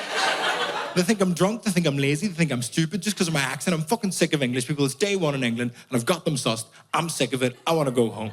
She was like, no, they don't think any of those things. You're being silly. You're just getting stressed about moving away, and you're trying to come up with excuses to get away with it. You're stressed about moving away. You're coming up with excuses, right? I was like, oh, fuck's sake. She was like, I've got 6 new flatmates. I'm sure they're lovely. Go into the kitchen, introduce yourself, give them a chance. I was like, okay, I'll give them a chance. Went down to the kitchen, introduced myself, and first person I met was a girl called Eva, and Eva was one of my flatmates in first year, and she studied at a secondary school called the Purcell School, which is a specialist music secondary school. There's a few of them around the country, and most people that go to specialist music secondary schools end up at music college. So it's not like normal unis, where everyone arrives, you're all strangers, you're just trying to figure out what your friendship group's going to be for the next 3 or 4 years. They arrive in pre-made cliques with the dorkiest in-jokes you've ever heard in your whole life, and you have to just pretend it's cool when you arrive. I walked in, I was like, oh, Eva, what should we do tonight? And she went, I tell you what we should do. We should play this game that we played at the Purcell School. It's a drinking game where you listen to Mozart and you drink every time it changes key. I was like, or we could all jump out the window. Because that sounds equally fun to me. I didn't actually say that. I didn't say anything. I just stood up, left the kitchen, phoned my mum, like, you lied, they're all bastards, actually. She was like, no, you just met a weird one. Go down to the bar. It's the first night of Freshers Week. Give them another chance. Introduce yourself to English people. I was like, okay, I'll give them another chance. Went down to the bar, tried to introduce myself to English people, tried to give them a chance. Walked up to an English guy. I was like, all right, mate, what's the crack? That was a mistake. Because when you say, what's the crack to English people, you guys freak out. You do this double take that's also like something out of the film Predator. I'm like, what's the crack? And they're like,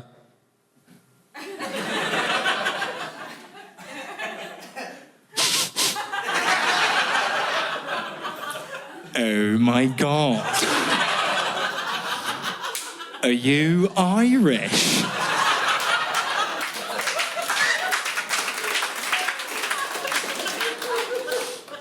Oh my God. I'm Irish? Because you don't want to say, no, you're not. Because obviously I live in England, and if and when I have kids, they'll probably have English accents. See if they ever come up to me like, oh, Daddy, I'm English. I'll kick them in the face. So I get it. But you keep going through, you find out all these mad English traditions. They're like, oh my God, it's bonfire night. I'm like, what's bonfire night? Because we don't have bonfire night in Belfast.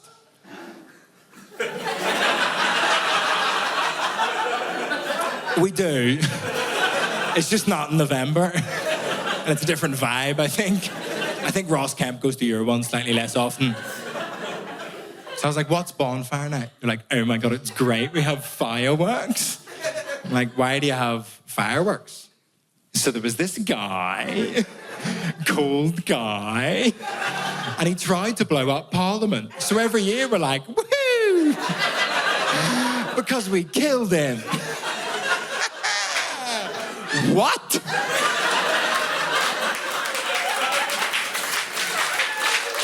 No, listen, no. All I'm saying is I'm from Belfast. If you're putting on celebrations for people trying to blow up London, when's my night? They find out you're from Belfast, they always ask the same question, like, oh my God, you're from Belfast. What is all the fuss about? Fuss is an interesting word to use for civil war. No, what is the difference between Catholics and Protestants? I'm like, Protestants, icebreakers? No. Because they're natural predators.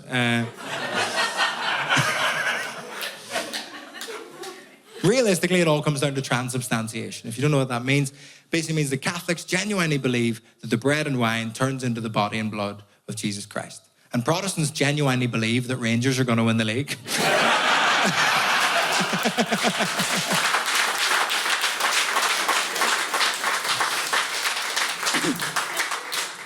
But I like English people sometimes. I think English people make me laugh quite a lot. Past 5 or 6 years, English people have really started making me laugh. They started saying a really funny thing.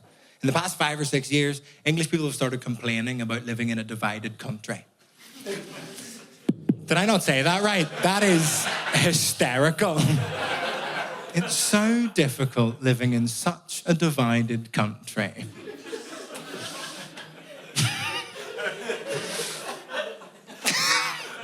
Do you know what you guys did? Everywhere? Do you know how many whatever the fuckistans there are? You went round the world drawing random lines through everyone else's country, and you have one referendum. You're like, this is tricky. This is tricky.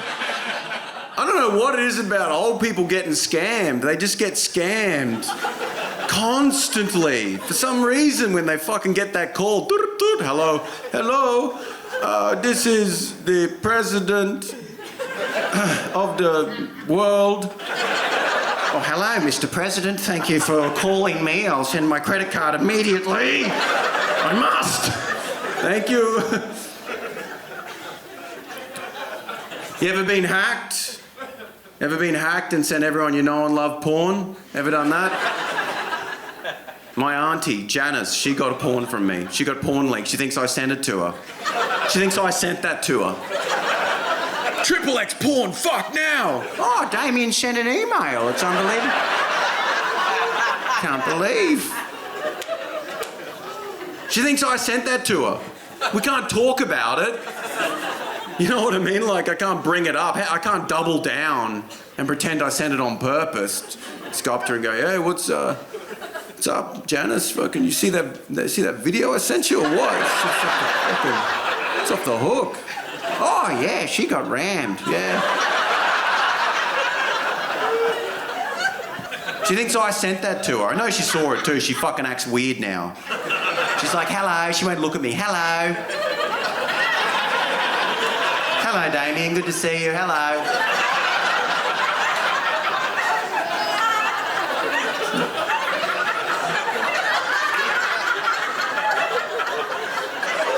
Hello. Fucking, I can see the gangbang. I can fucking see it in the eyes.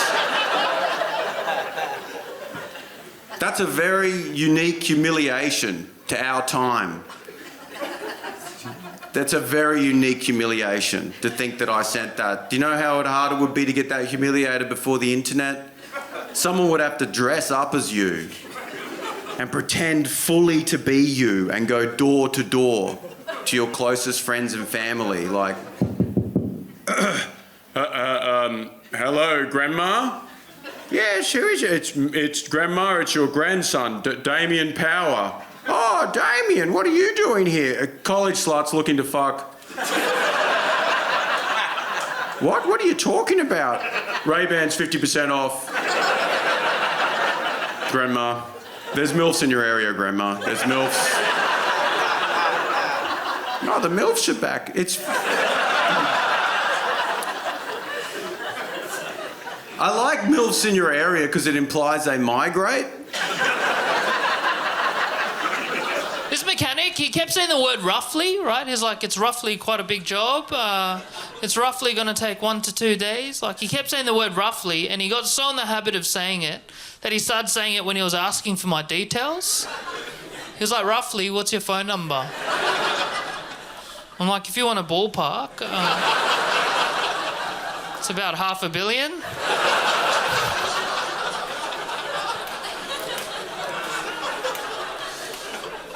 My son hates reading. Reading's boring, is what I tell him. I want to read. I try, I can never take in the words. I think I'm dyslexic, but I'm scared to get tested in case I'm not. I could never concentrate at school. I used to get kicked out of class all the time. I got suspended from school. I got caught smoking weed. 14 years of age. Me think me be a ganja man. Ganja man, skin up some fat reefer. Ganja man go house party. Ganja man spark up, take huge talk like he be Bob Marley. Ganja man pull a whitey and think he gonna die. Ganja man be rushed to high and he. Ganja man crying like a little baby. Ganja man given mug of hot chocolate by staff nurse. ganja man grounded for 3 weeks.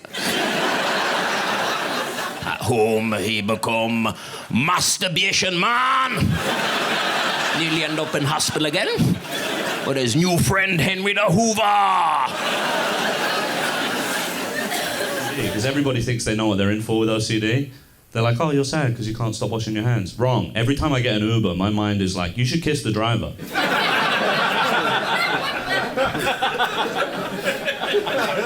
Why don't you lean forward and tenderly kiss the Uber driver? Why don't you search his mouth like an anteater?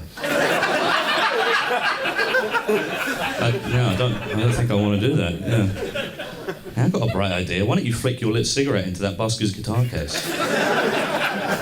Yeah, I could do, yeah. And I have to say, and I don't really know how to reveal this, but I've got a few kids, they're all fucking boring. I know. None of them drink, none of them take drugs. Where have I gone wrong?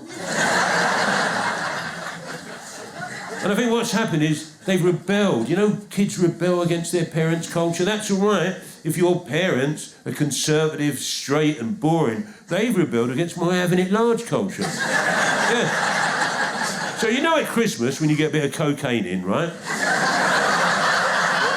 Even if I haven't had any throughout the year, get a little bit at Christmas. It's like a family tradition now. Get a bit of bootros in, as we call it, bootros Garley Charlie. So at Christmas, my kids come round, they're all grown up, they bring their kids, I'm the granddad. I have to go into the bathroom of my own fucking house to do my Charlie in secret. But last year, even I thought I might be getting a bit too old for this shit. I looked down, I was actually chopping up my Charlie with my senior citizens rail card. I know. You see how boring my kids are? One of my daughters, she's fantastic. You know, I don't know, you have ideas, you have hopes and dreams for your kids, and they don't always see them through. I wanted her to be in a band, or be a sort of punk poet, or run a left-wing bookshop. She's in digital fucking marketing. But this is how boring she is. She phoned me up, this was during lockdown actually, so she was a bit younger. And she brought up the subject of drugs. And she went, Dad, I went, yeah. She went, you know cocaine? I went, of course I do, my darling. Why do you think you've always lived in rented accommodation?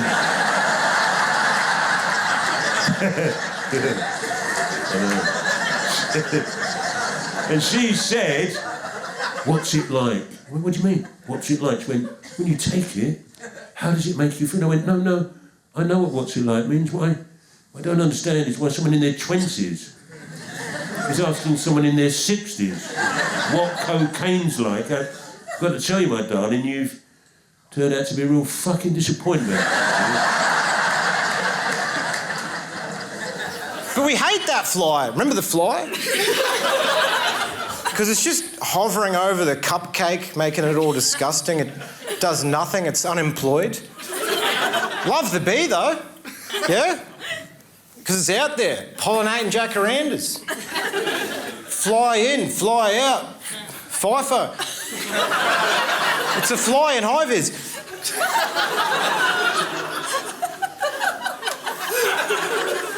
Now, if flies started cleaning up dog shit as opposed to hovering over it, we'd start respecting them and it'd be illegal to spray them. The only difference between animal cruelty and pest control is the work ethic of the insect.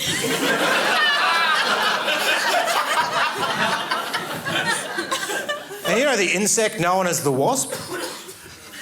I'm not talking about white Anglo-Saxon Protestant. I'll be explaining the subtext as we go along. I'm talking about the insect. It's got all the unemployment of the fly and all the violence of the bee, just in the worst corporate merger of all time. It's just... A wasp is like that construction worker that's been sacked, but they're still hanging around. Just, yeah, I used to work for Rio Tinto. But you think of all these creatures. You think of the bee. They've got a hive. That's nice. Bit of community. Even the wasp, as debauched a creature as it is, still has a nest. More of a share house turned into a meth lab vibe, but nonetheless, a community. Then you look at the Fly, no headquarters. Freelancing, they're sole traders. Air tasker, doing tasks in the air. There's a piece of dog shit on Kent Street. Get to it, boys. They're all just knocking each other out of the way. There's no camaraderie. And if they die in transit, no one investigates. Like a Deliveroo. But yeah, so that's...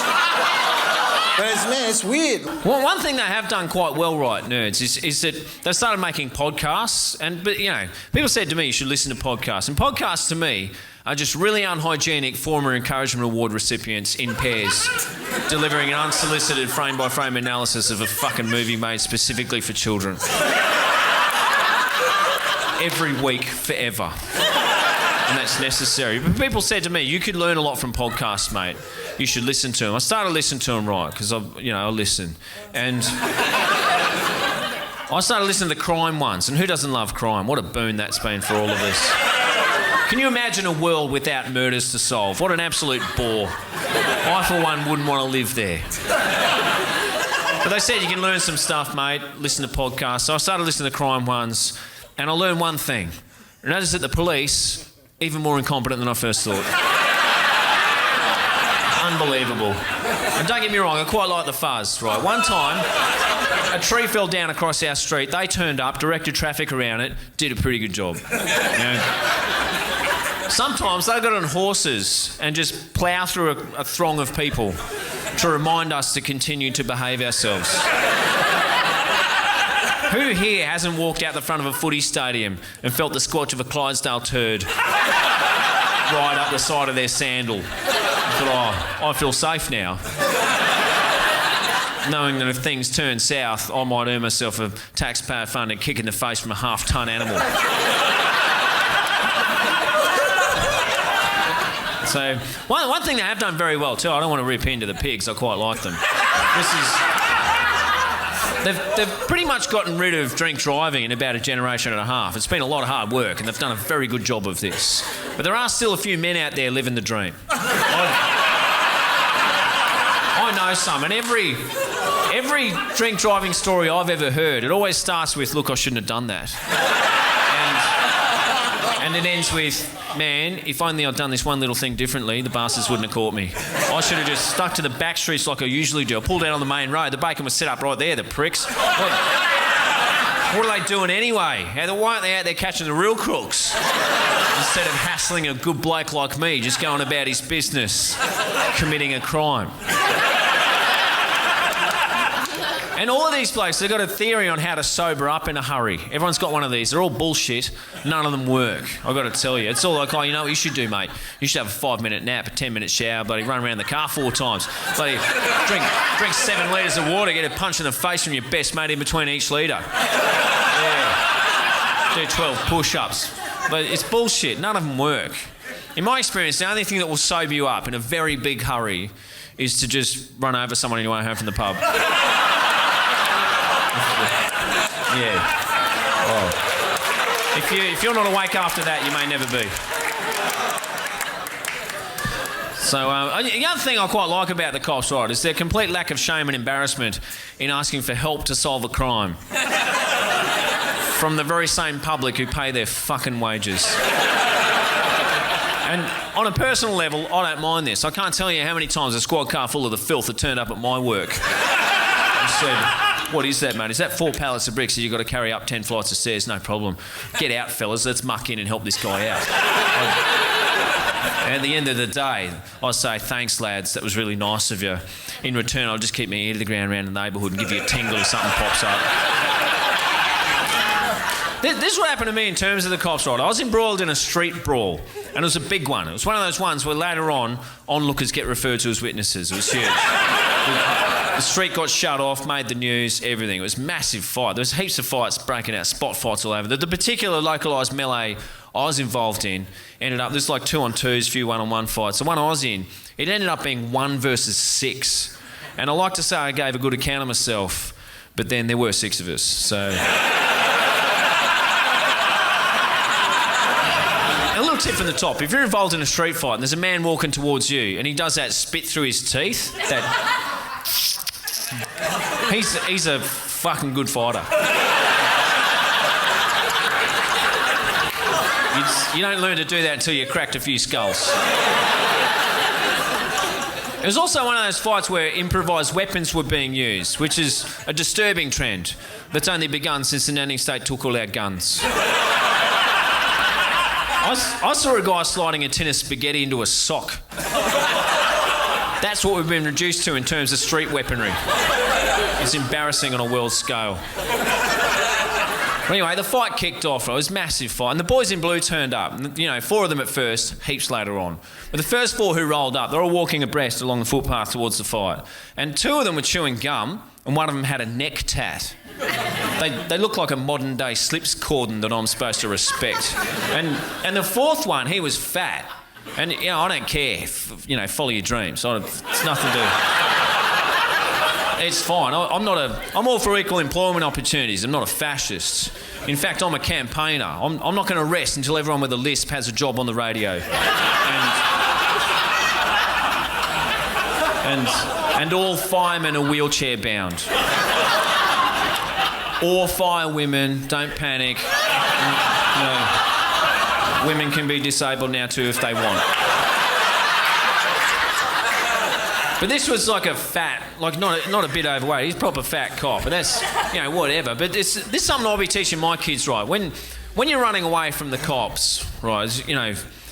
Normal one, skinny one, just straight line, fast as you can.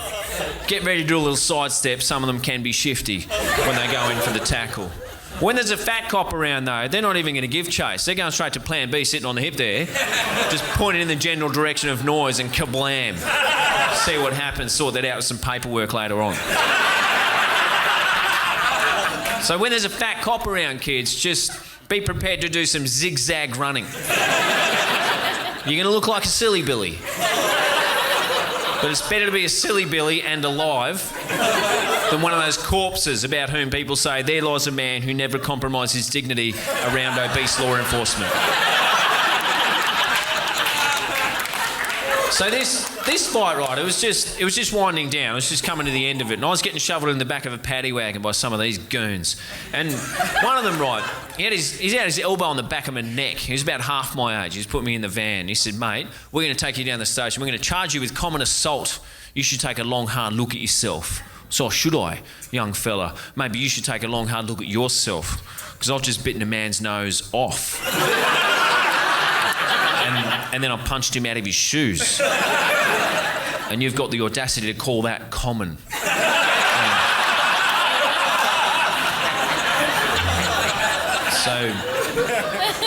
So they're all right at this sort of stuff, right? Your entry-level policing. But when it comes, from listening to podcasts, when it comes to solving a murder, the pigs are fucking useless. They cannot do the job. There must be a lot of retired policemen up there in Queensland, the retirement location of choice for all inept policemen. Just sitting there on the Sunshine Coast, just dragging the drinks trolley over to their cane lounger, thinking, oh shit, I hope I die before all the unturned stones of my shit career get catalogued for the whole world to see in a podcast. And all that sunshine and beer, that does nothing for a man's memory. The rapid onset of dementia is staggering when a tenacious podcaster knocks on the door.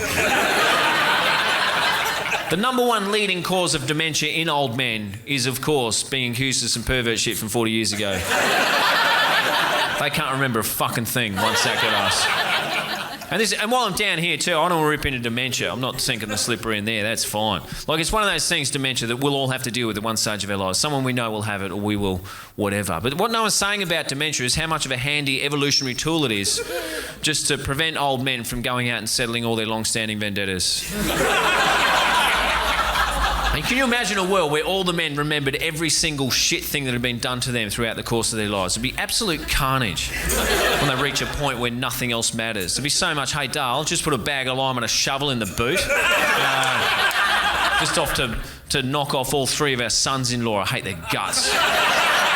None of them are good enough for our girls. And while I'm at it, I'm going to rub out that bloke who put 13 items through on the 12 and under aisle 25 years ago. I still remember that. Paid with a cheque. Really pissed me off. Where are the car keys? What was I talking about? I better just go and watch some telly. Dementia saves a lot of lives. Take it easy on it. So when I'm listening to podcasts, right, okay, it gets to a point where the crime ones, they'll say, oh, the family, they were desperate after a year. They didn't know what else to do, so they turned to a psychic for help. And I listen to that and think, what? What were you thinking, man? You've waited a year for that. What a kick in the teeth that is to the science of clairvoyance. Everybody knows the moment somebody goes missing, you look at the horoscopes from that day and work backwards from there. It's almost as if these husbands and stepsons don't want the crime solved in the first place. But that's how crimes are getting solved now. It's pretty much by podcasters more than the police. Someone I know got murdered, right, not by me. And I didn't even call the police. I just found my nearest dork and just yanked him out from underneath his Darth Vader doona, which are incidentally now available in King single for your larger single man. And I just bought him a new computer and a microphone, told him to stop hitting himself and start a podcast and fucking sort it out. And that's how look, the filth, they're just sitting down at the station listening to podcasts hoping a clue pops up. We're supposed to respect them. I realised that not all avocados are the same. You don't know till you know.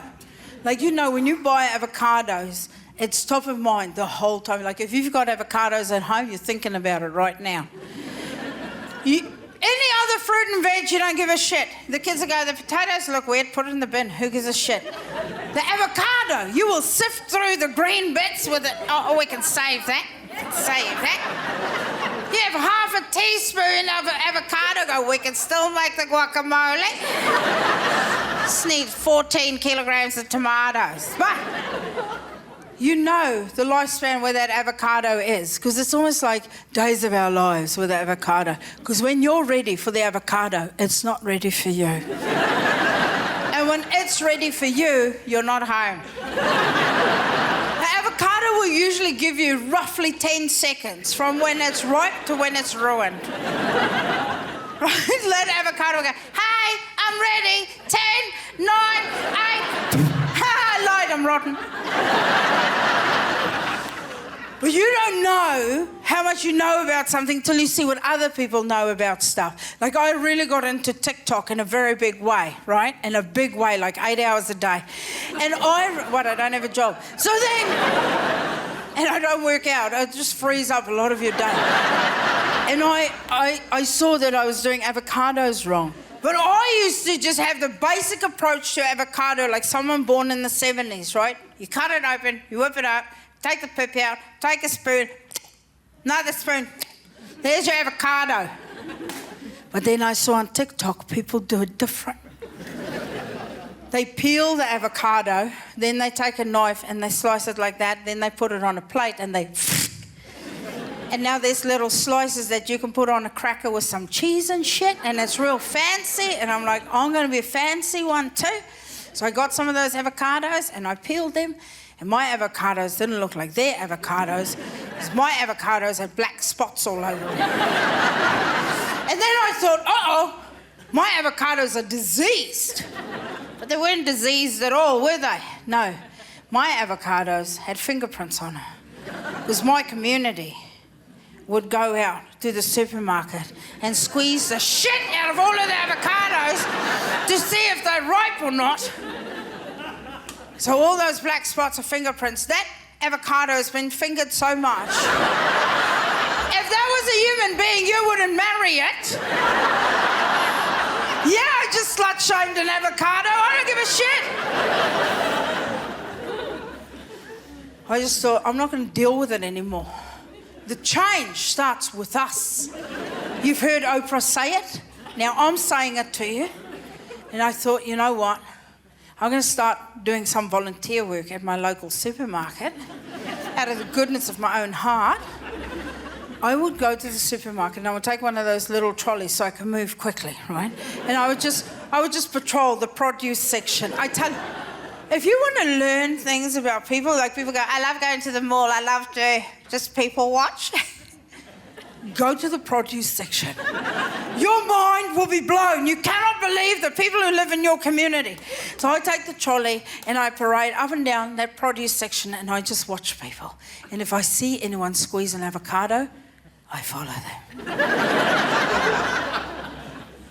And I will be patient. We can be 4, 5 aisles down. And if there's anyone, like, they go to get some olive oil, I'll sneak up to their trolley and I squeeze the shit out of everything in their trolley. I'll even snap the spaghetti in half. Yeah, I'm an animal. For the next 2 weeks, every time they use anything, I want them to go, this is ruined too. We're never going back to that supermarket. Like, good bitch, go somewhere else. Go ruin shit somewhere else. It's fascinating watching people in the produce section. Do you know how many people sniff fruit? Especially pineapples. What are you, like one of those glucose dogs that the diabetics use? What the fuck is happening with you? No. No, and it doesn't matter what they sniff or squeeze, it's always the third one that's going in the trolley. No, go! Those are the same people who will knock on a melon. Have you seen these people? Have you seen these animals?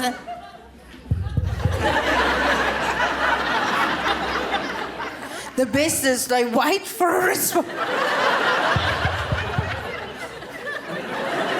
I just want to sneak up behind them and go, help me. I had a kid come up to me at work. He said to me, he was like, Lewis, when were you born? Which is a polite way of saying, when are you going to die?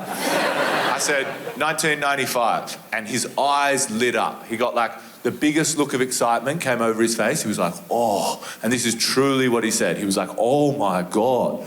You must remember. You would have been around for. He would have been around for. You would remember the screaming goat.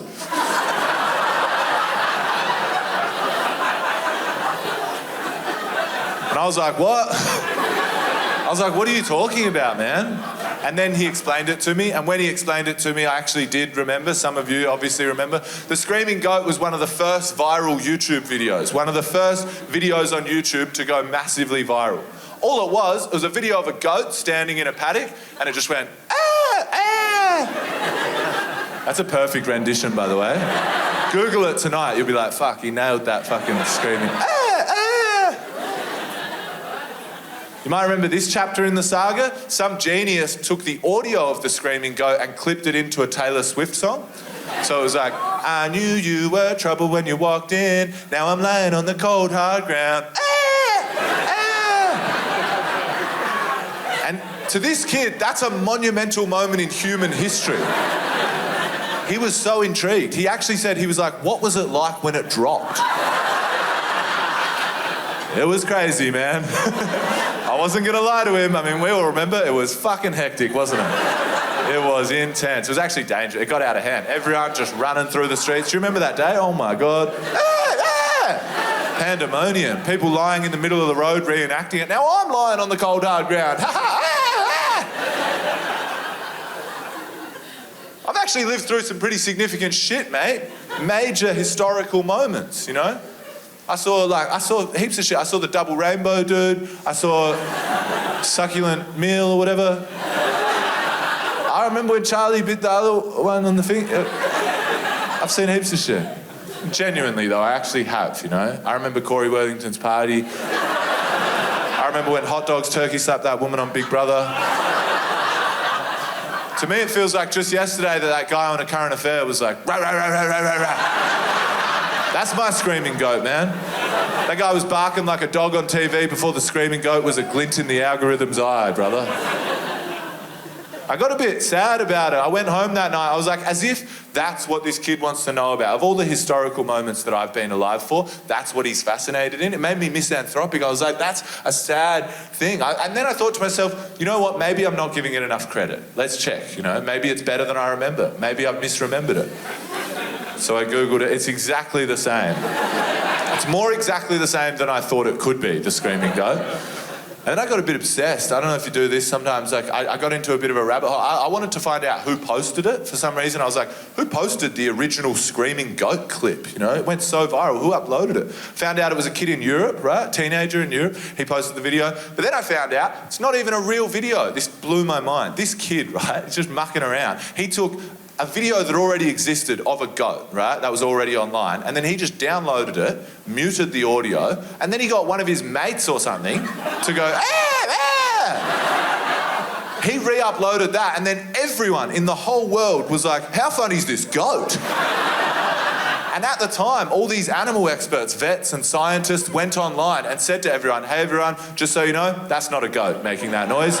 Goats can't make that noise. It's definitely not a goat. And everyone in the whole world just went, fuck off, it is a goat. We want it to be a goat, so it is a goat. And now we all think of it as a goat. I started thinking, maybe this was a more impactful moment than I gave it credit for. We live in a world now where truth doesn't matter as much as it used to. Reality, facts, these things matter less and less. Politicians lie openly, they don't even pretend like they're not lying. Countries commit war crimes, people are like, that's a war crime. They're like, we didn't do it. But there's footage of you doing it. Yeah, well, we still didn't do it. Maybe the screaming goat was the birth of the post-truth era. That was the moment, as a society, we decided it doesn't matter if it's real, it doesn't matter if it's a goat or not, fact or fiction, truth or reality or not, it doesn't matter. That Taylor Swift remix, that's like the anthem of misinformation. This is what I realised.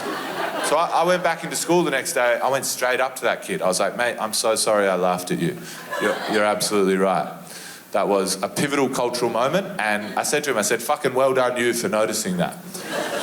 And he was like, he's quite young, he was like, oh my God, you just swore. And I was like, no, I didn't.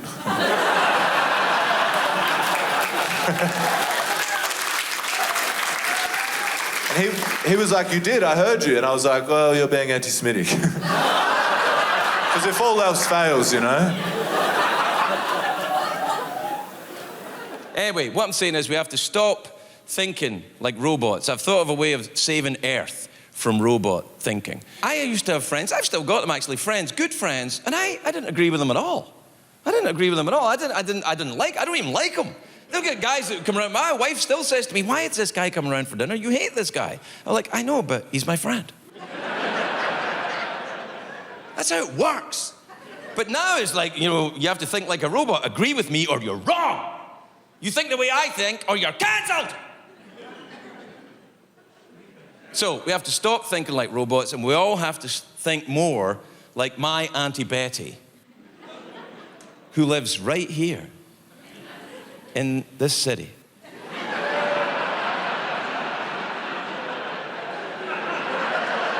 All right, she doesn't.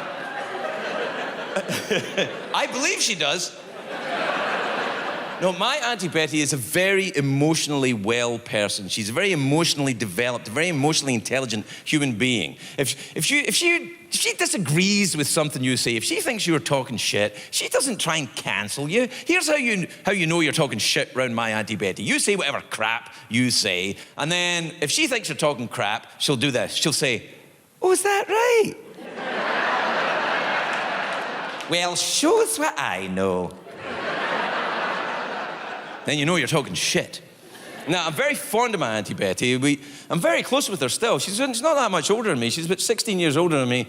And when I was born, my mum was very sick. She's my mum's youngest sister, so she looked after me when I was a baby.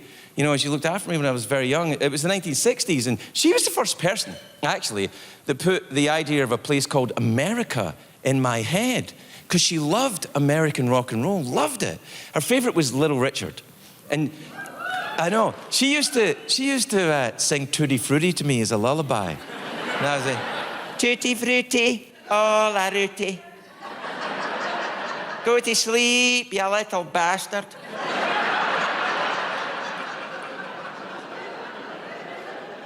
Years later, when Little Richard was on my late night show, I was surprised he didn't have a Scottish accent.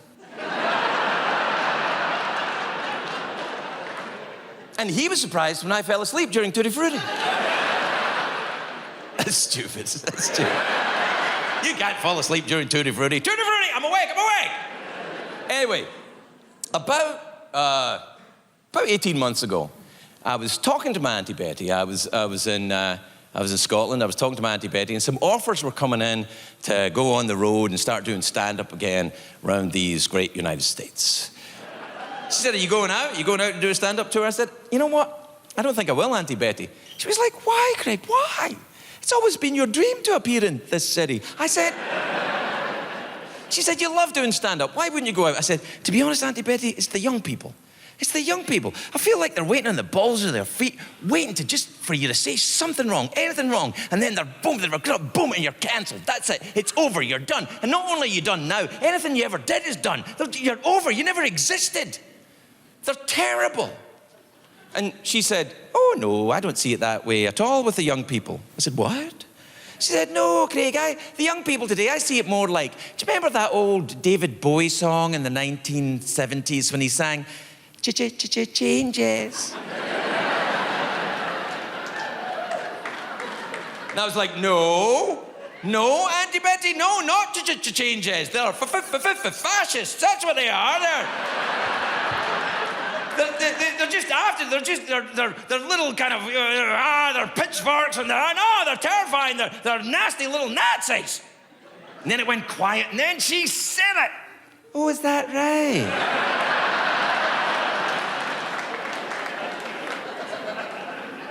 Shoots what I know.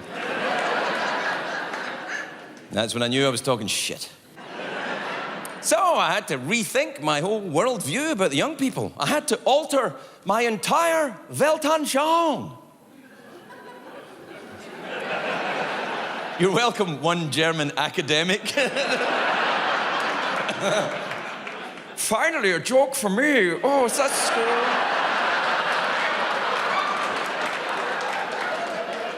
I was hoping to maybe would be one, at least one German joke, and here we are.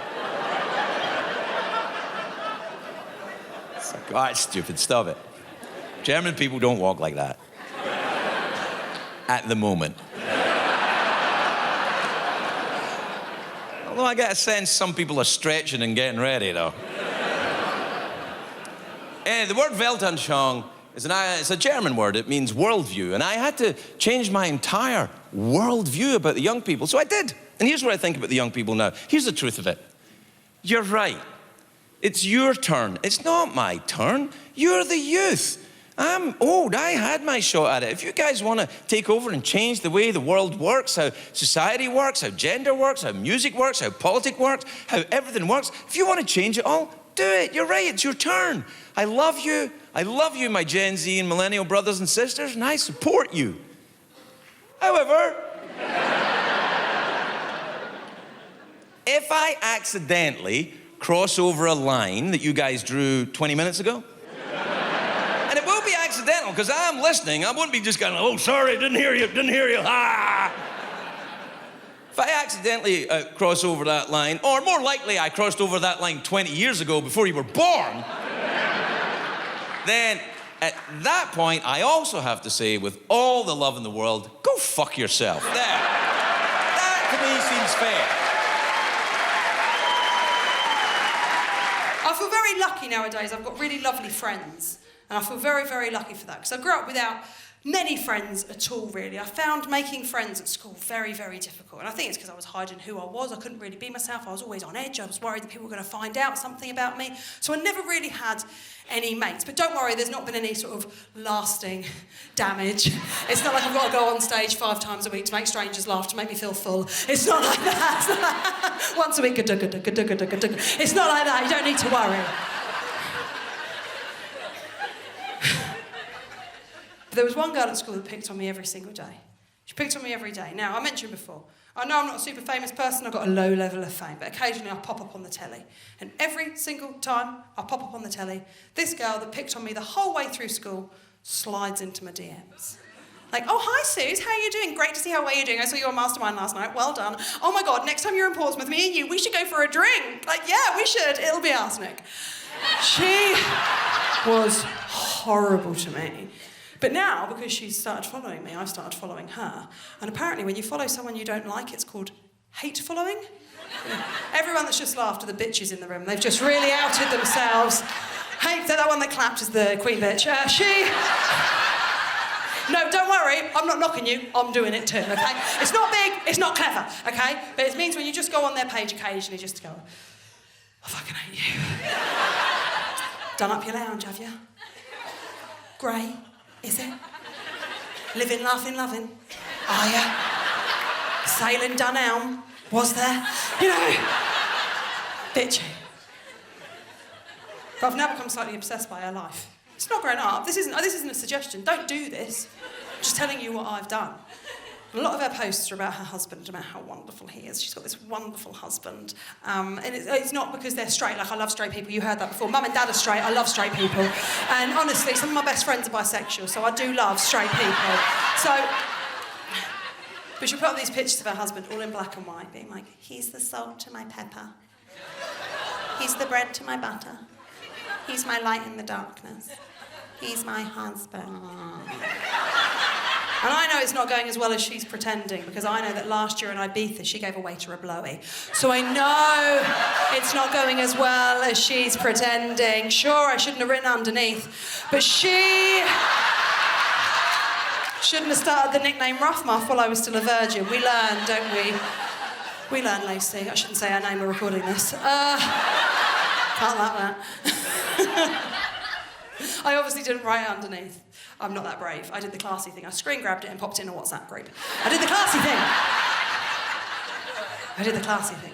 But she constantly tries to virtue signal. Now, I'm not talking about people sharing important information that we all need to learn about. She is constantly wanting to tell people that she is a good person, because she is the devil.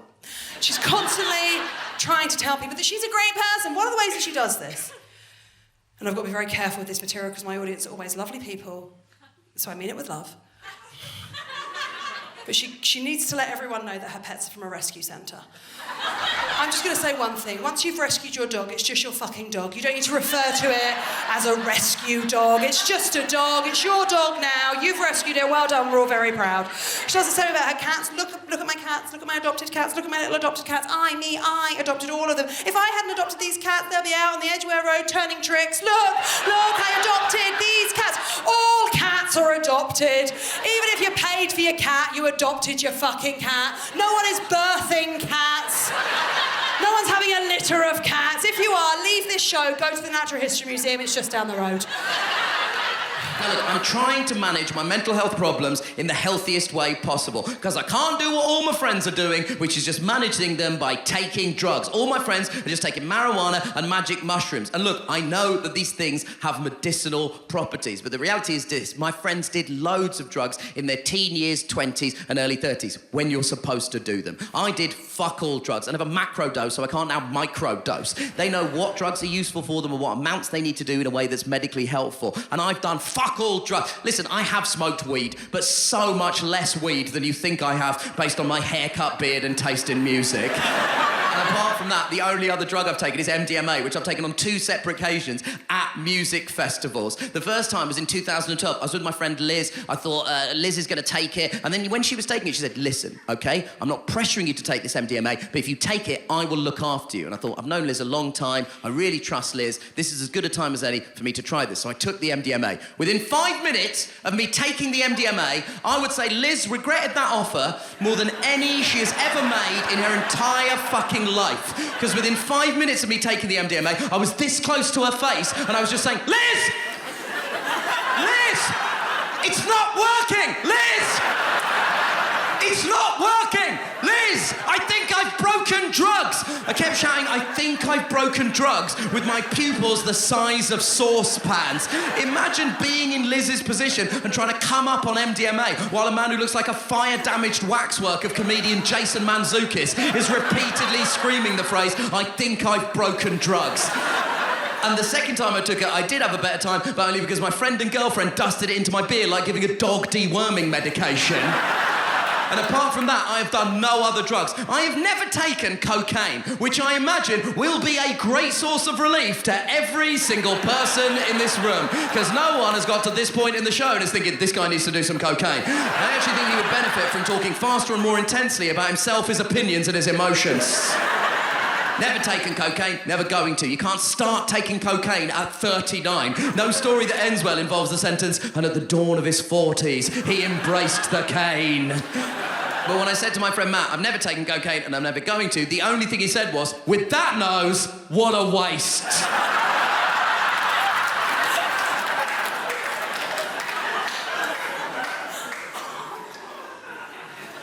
So look, I'm trying to deal with these problems in the healthiest way possible. I'm doing so much therapy and it's going real bad. Oh, it's going bad. But that's not my therapist's fault. I need to make that clear. My therapist is an incredible person and a very, very qualified mental health professional. The problem is with me and the little thing I like to call my personality, right? My personality, the problem with it is that I'm an incredibly unfortunate combination of unbelievably anxious, but also phenomenally arrogant. So, this is how my therapy process goes. She, a mental health professional with decades of experience, will say something to me. Out loud, I'll say, but in my head, I'll think, I don't think that's true. Then, a month later, something will happen, and I'll think, oh yeah, she was right! What a pro! Everything that's wrong in the way that I interact with my mental health journey can be found in events that take place between the end of January and the start of March last year. So, at the end of January, she diagnoses me after about 4 years of working together with a generalised anxiety disorder. The next week, I come back to therapy and say the one sentence I imagine medical professionals must dread hearing the most from their patients: I have done some of my own research.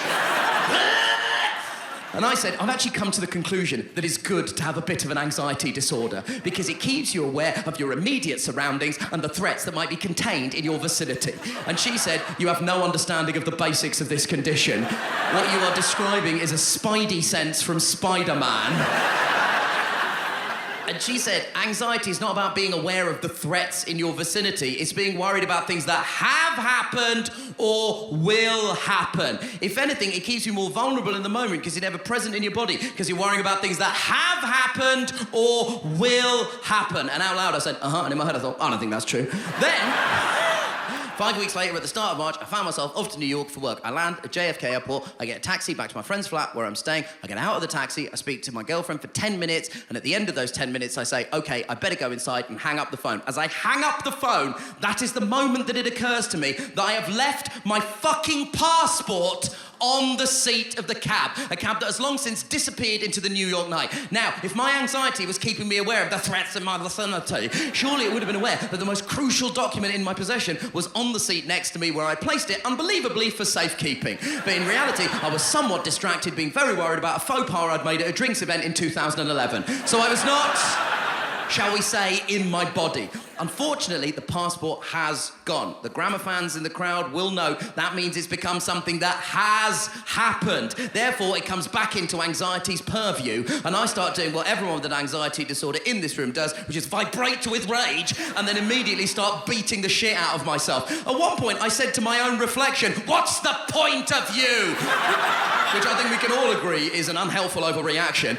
Then I thought, okay, I'm on my own in this apartment, I'm freaking out, I just need voices in the room. Let me just hit play on whatever the next podcast is on my podcast app. Unfortunately, the next podcast on my podcast app was an hour-and-a-half long interview with John Oliver. And at one point, I sincerely thought, I bet John Oliver never loses his passport. And as if that wasn't insane enough, the next thing I thought was, and this is why you'll never have his career. That's not why I'm not going to have John Oliver's career. I'm pretty sure John, a man who I've met once and have now immediately jumped to first-name terms with without consultation, has his career because of hard work and talent, not based on his ability to retain documents. I'm pretty sure that once a year, John Oliver is just walking down the road and someone jumps out and says, hey, Oliver, where's your passport? And he says, right here. And they go, wow, have another Emmy. I'm pretty sure that's not how, I don't know, but I'm pretty sure. So, the next day, I get up. My girlfriend, much calmer head in these kinds of situations, has found a UK consulate in New York who can issue me with a temporary passport. I'm going to have to go home immediately and lose a month's worth of work, but I am going to be able to get home. Now, I swing open the front door of that block of flats, and what greets me in the street is little short of a miracle, because stood directly in front of me is the taxi driver from the night before, and he is holding in his hands my fucking passport. Listen. if you're applauding that, wait until you hear what he did, okay? So this guy drops me off on the Lower East Side of Manhattan. I'm his last fare of the night. He drives an hour and a half back to where he lives in Jersey. When he finishes that journey, he does what he does at the end of every shift, which is clean his cab. He then finds my passport and doesn't do what any of us, including me, would have done under the circumstances, which is think, fucking hell, I'll deal with that in the morning. He got back in his taxi, drove back to where he had dropped me off, slept in his fucking car for 2 hours, and then waited for me in the street for 45 minutes. His name was Prince. To me, he will always be a king. And when he told me...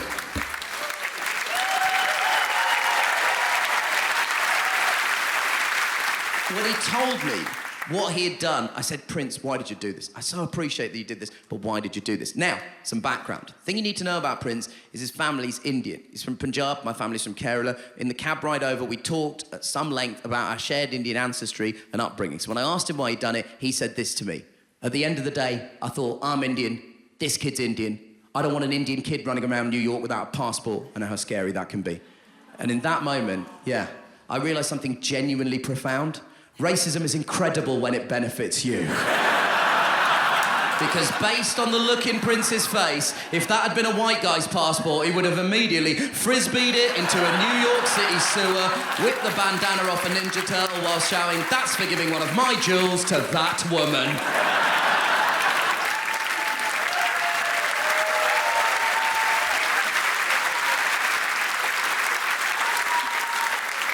And look, because this really isn't a character, I went on stage that night at a comedy club in New York and retold this story exactly as I've told it to you. Now, at this point, a woman asked a question. I think the only relevant question that's worth asking at this juncture, which is... How did you pay him? Yeah, absolutely. Thank you for asking that question. It is correct. Also, thank you for not asking the question 10 separate people have asked, which is, do you have ADHD? I know you fucking cunts have been sat there thinking that this entire story. The first time someone said it to me, I thought, rude. Then, at the 10th time, I thought, I should look into this. I said to my therapist, do you think I have ADHD, or do you think everyone thinks everyone has ADHD now because of the internet? Do you know what she said? Yes to both. And when I said why, she said, because I sent you a referral to an ADHD specialist a month ago and you still haven't replied to the email. So thank you for asking that question. And thank you for not asking the question a man in Raleigh, North Carolina asked me, which was, which Ninja Turtle? That motherfucker definitely has ADHD. Also, of course, it was Leonardo. It's the funniest if it's Leonardo. So anyway, listen, well, I did give him money. I gave him $1,000. I went and got it out of a bank. I couldn't even go to an ATM. I had to go into a bank and speak to a fucking human being like it was goddamn 1997. I went into the bank and I said, listen, can I get $1,000 out of my account? Here's my debit card. And the guy said, listen, for that amount, I'm going to need to see some photo ID. I said, no problem, because by that point, my passport was stapled to my fucking hand. I gave him $1,000. Now, let's not be crass about this, but let's be honest about it. You know how much you paid for a ticket. You can see this room is full. So you know it is no skin off my dick to give this guy $1,000. I've never said that before. I can't believe... I can't believe the filming is when I chose to ad-lib no skin off my dick.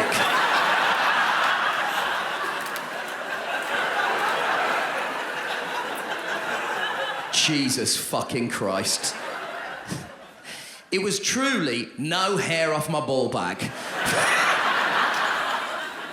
Look, you can tell it's fine. You can tell it's fine for me to give this guy $1,000, right? You understand the maths. Now, what I would say is in a random New York City comedy club, there was less of an awareness of my financial situation or wider body of work. So when I announced that I'd given this man $1,000, immediate audible suspicion broke out in the room as people just started loudly saying, how did this man have access at that speed to $1,000 in cash? Is he a sultan? Is he a drug dealer? Is he one of the ones that owns Manchester City? There was huge speculation.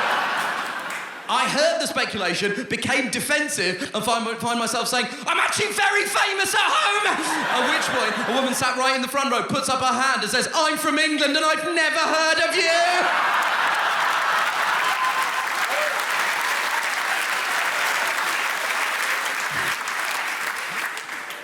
So look, I'm trying to deal with my mental health problems. I'm listening to my therapist, sometimes a month after she tells me things, but I am listening to her. And she and I have been working together for nearly half a decade now. I initially started seeing her because I was behaving weirdly. That turned out to be symptoms of post-traumatic stress disorder due to a period of time where I was receiving death threats and was the subject of hostile articles in the right-wing press in this country because they said I was saying dangerously left-wing things. You know, like racism is bad and women are nice. You know, that sort of dangerously left-wing stuff. We dealt with the PTSD and now we're just going backwards through the timeline. Christopher Nolaning this motherfucker, Oppenheimering this bitch, hopping around the timeline. We dealt with anxiety. We're going to get to depression. We will get to ADHD when I remember to reply to that email.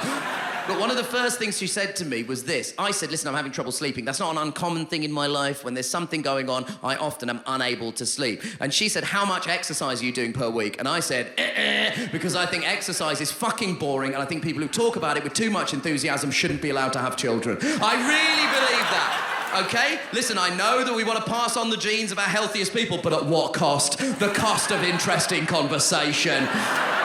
And I said this to her, and she said, I don't care. I'm not opening a conversation with you about exercise. I'm telling you, you have to exercise for your physical, but also your mental well-being. And I was saying to my friend, how the fuck am I going to exercise? I'm fucking bored of exercise. And he said, why don't you come and play football with us? My friends meet every Tuesday and play football. I said, I love football, but I'm bad at it. He said, we're all comedians. We're all bad at football. So come down. And I started going. And lo and behold, I fucking loved it. For 3 years, I was doing 90 minutes of exercise per week. Now, I know that that is not enough, but that is an on-average increase in my life of 90 minutes a week.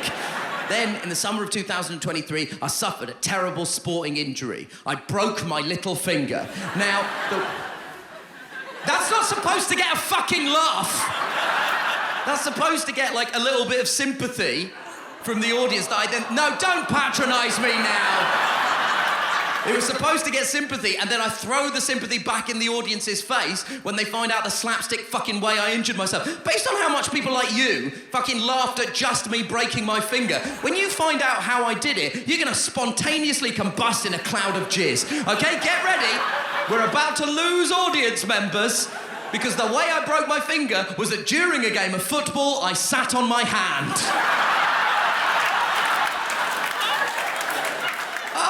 Everybody's jizzing everywhere. It's like Pompeii up in here. I will tell you the full story, okay?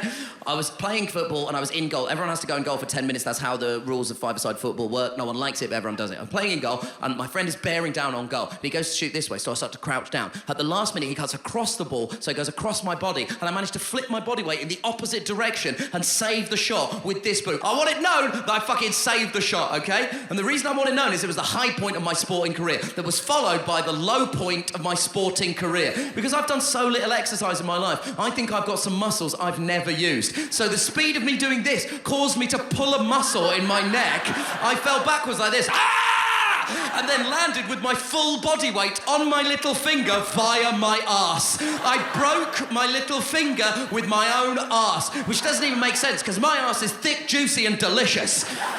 However, I didn't realise that I'd broken my finger. This is a public service announcement. You have fewer pain receptors in your fingers and toes than you do in other parts of your body. So if you think you have badly bruised your finger or toe, you have probably broken your finger or toe. Now, I did not realise this, so I was just plastering it up myself and going about my business. 3 days later, I find myself on the set of a television show, and a medic who's there for insurance purposes says, can I help you with anything medical? I say, ooh, yes. Can you tape up my finger properly, because it's badly bruised? She takes one look at my finger and says, that finger is broken.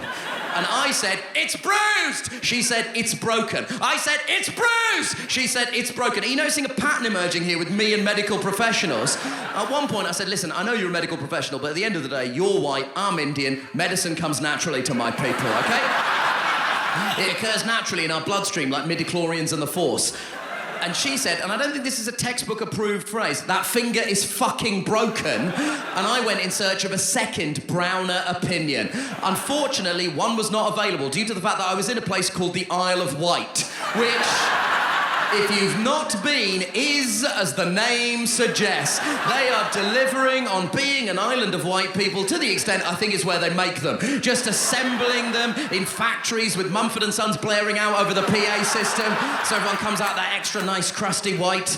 So I went to see a white doctor on the Isle of Wight who did a white x-ray on my brown hand and said, yeah, that finger is broken. It turns out the medical professional knows more than the man who drank his way to a joint honours degree in history and English literature.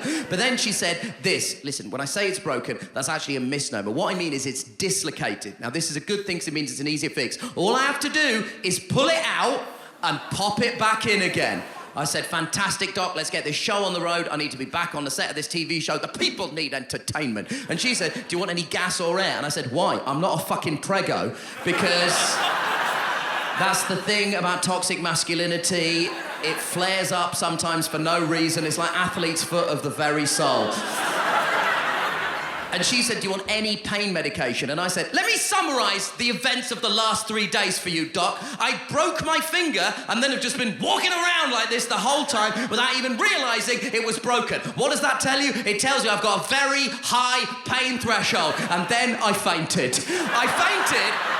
To be clear, not when she pulled on my finger, when she touched my hand, the thought of her pulling on my finger caused my brain to go into immediate shutdown mode. I pass out on the floor of A&E in the Isle of Wight, and then I learned something about myself. I learned that I'm arrogant on a subconscious level. I know that I'm arrogant on a conscious level. Horrible to understand, it extends to my subconscious, as I found out when I attempted to style out a faint as soon as I regained consciousness. She did this. Mr. Kumar, Mr. Kumar, Mr. Kumar. And the first thing I said was, may I help you?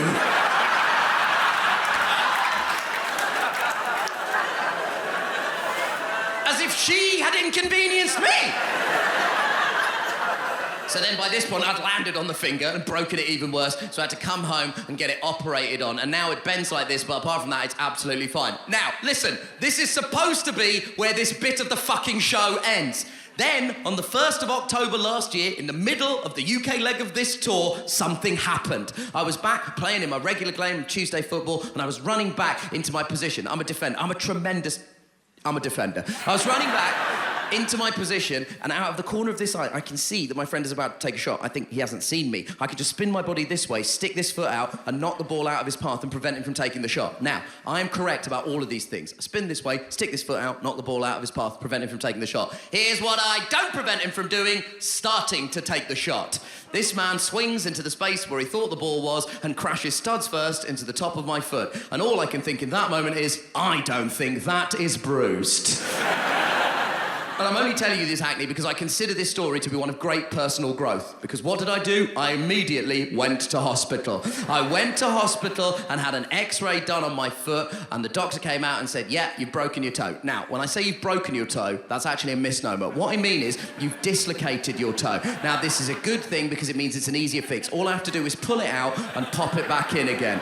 And then she said, do you want any pain medication? And I said, I want every piece of pain medication you have in this hospital. Here's what I want you to do. Get all of it, put it on a table, split it in half. Take the first half, shove it down my throat. Take the second half, ram it up my arse. While we wait for those two groups to meet in the middle, I want you to inject me full of whatever killed Michael Jackson. She said, lidocaine will suffice. She injects my foot with lidocaine, it goes numb. She pulls it out. Pops it back in again. And then I had to wrap my foot in a bandage, and for the next month, I had to do shows sat on that stool, thus failing to fulfill 50% of my job description as a stand-up comedian. But then after that, it was absolutely fine. And initially, I was reluctant to tell either of these stories on stage, right? Because it doesn't feel consistent with my personal brand. This is not how you, my audience, the fuming, disgruntled leftists, want me to have injured my neck, hand, and foot, is it? You want me to have injured my neck because I was nodding too vigorously at a Naomi Klein op-ed piece? You want me to have injured my hand and foot because I was banging on the table while stamping on the floor and shouting, injustice is bad! But then I had to think about it, and I realised nothing other than these two stories could be more central to the core of my personal brand, because ultimately, a summary of both is that I hurt myself quite badly by turning too enthusiastically to the left.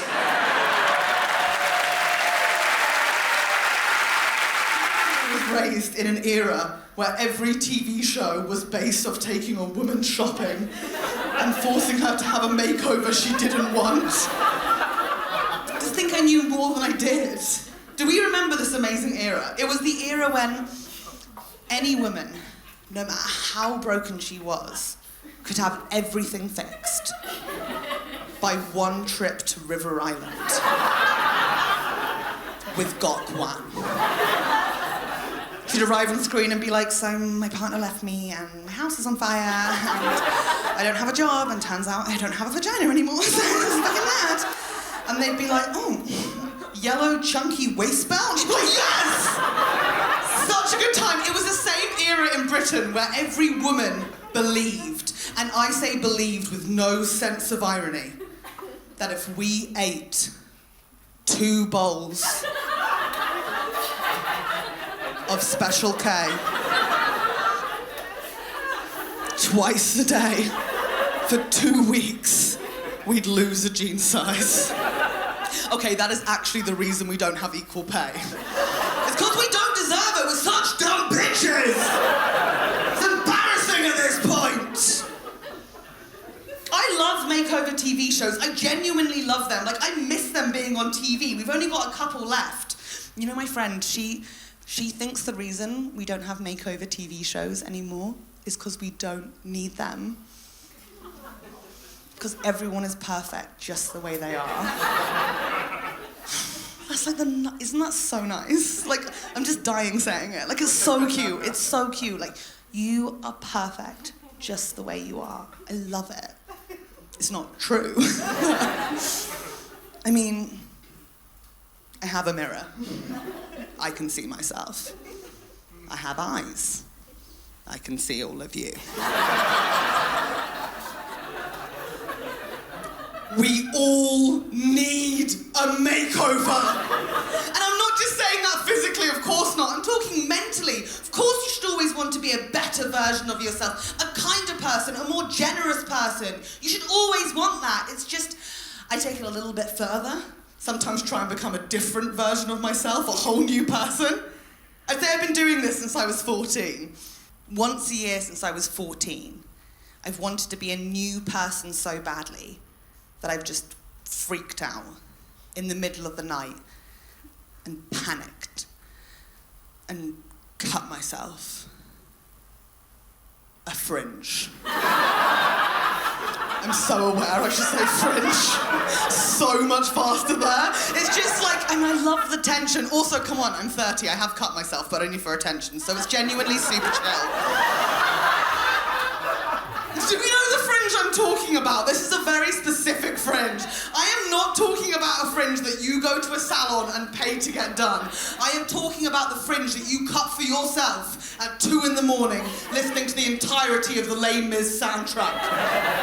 You want to be a new person, but you don't want to put the effort in? Ha-ha! Fringe it is! I love this fringe. I still do it yearly, because I'm a moron. And I forget that I have naturally very curly hair. So I cut it in the middle of the night, like Miz is playing, my hair's wet, it's amazing. Just looking at myself like, Helen, you've done it. But inevitably, Les Mis ends. And my hair dries. And it bounces up into the maddest row of ringlets you have ever seen on a woman in your life. Which was fine, right? Back in the day, I clip it back, I'm Lizzie McGuire, I'm crushing the game. It's different now. Times have changed. There's rules to fringes. Like, the higher your fringe, the worse your mental health. It is such a clear sign things aren't going right. You have got to be so careful. I'm only doing it once a year because I have this vision in my head, this dream of like me with my new fringe, looking amazing, walking down the street, running into my ex-boyfriend, and him being like, oh, who's the angel with the fringe? And I'm just like, ha! It's me! It's Helen! Love me! How amazing! I should make it clear that is literally never gonna happen. Like, ever. This is always a bit tricky to say, but when I say ex, I am referring to a guy that I refer to as an ex. But he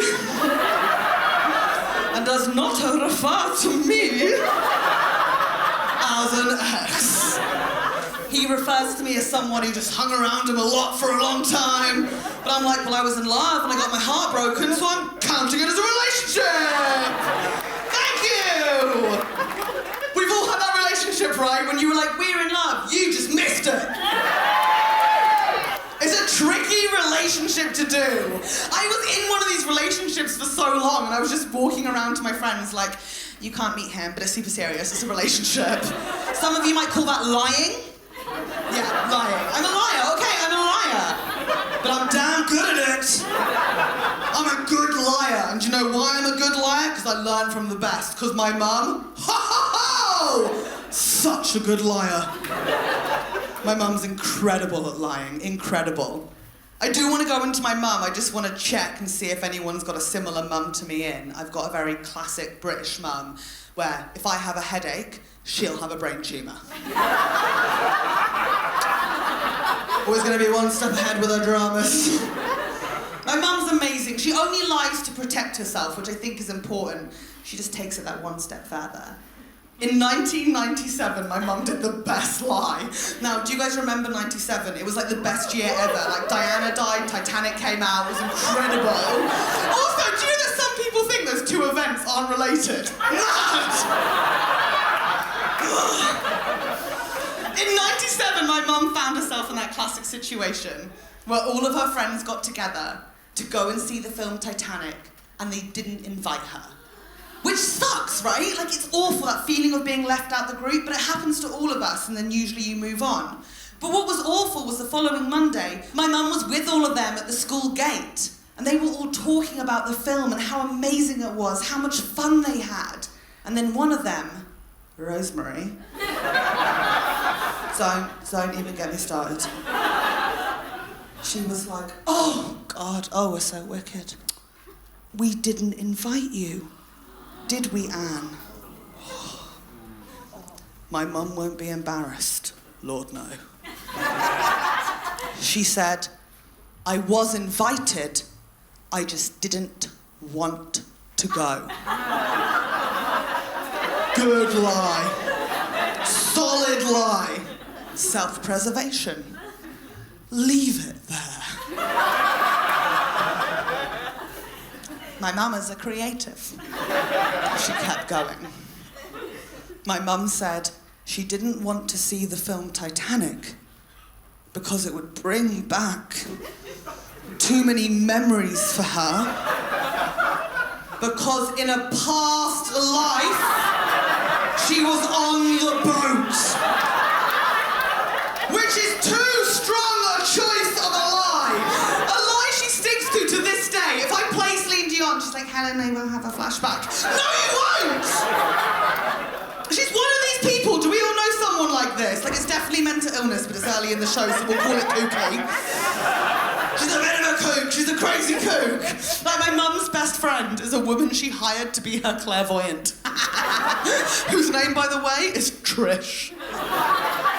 Look, I don't want to slag off any Trishes. I love a Trish in general. They're amazing. A Trish can do many things. Like, a Trish can get divorced, she can go Mallorca, she can have stepkids, she can have a chat show.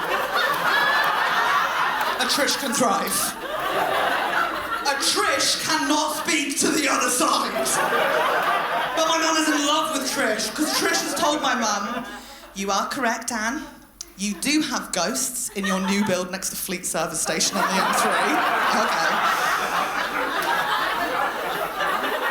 And the reason, Anne, that you can tell they're there is because you have powers. Because you are, in fact, a witch. Okay. And now Trish needs to meet me and my little sister, because apparently the women in our family are in a lineage. A lineage of witches. Now, look, I don't want to argue with my mum and Trish. I have learnt, not a good idea. The curses. But I do agree. I agree with them slightly. Like, the women in our family, we're in a lineage. We're in a lineage of poor mental health, bad relationships with men, and oddly angled vaginas, 100%. But it's also like, screw it. If we're calling it witching, I'll join the coven. Hand me the hat! Bit of drama. I've got a dramatic mum. I know a lot of people think they have a dramatic parent, but I know my mum is the most dramatic. 'Cause when I was 6 years old, my mum decided, with no prior training in this field whatsoever, that she was going to run a drama school from our living room. All she did was change the family voicemail service from hello, you've reached the Bauer family to hello, you've reached the Bauer family and the Anne Bauer School of Drama. 'Tis a confident choice. Because she was teaching kids, like little 7-year-old kids, in our living room, whilst me and my dad and brother and sister were just on the other side of the door in the kitchen, looking at each other like, is this legal? Are we serious? But we figured it was fine, right? She just needed a degree to teach kids. She needs a pashmina and a brooch, and she had both. Also, she's teaching 7-year-olds drama. It's a wonderful thing to teach them. You're teaching them play and confidence. Like, every 7-year-old around the world learning drama is being taught the same way, right? You get your group of 7-year-olds all together, like, come on babies, blah, blah, blah. Like, let's do a scene. We'll do a fun little improv. Let's say it's your birthday, happy birthday, and everyone else, you're at the zoo, and you pick a different animal, and just lose your mind, just have fun, play with it, and you walk around and look at all of them. What a fun scene. Should we do it? Let's do it. That is how you teach drama to kids. My mum was teaching it more as a sort of therapy for herself. Because she'd get her 7-year-old, just one at a time, and be like, okay, sweetheart, come on, Layla. Let's do a scene.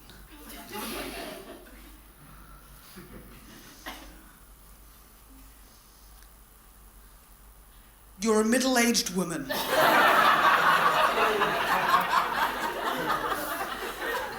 Somewhere in northeast Hampshire, let's say Fleet. Your family does not understand you. Your husband is emotionally unavailable!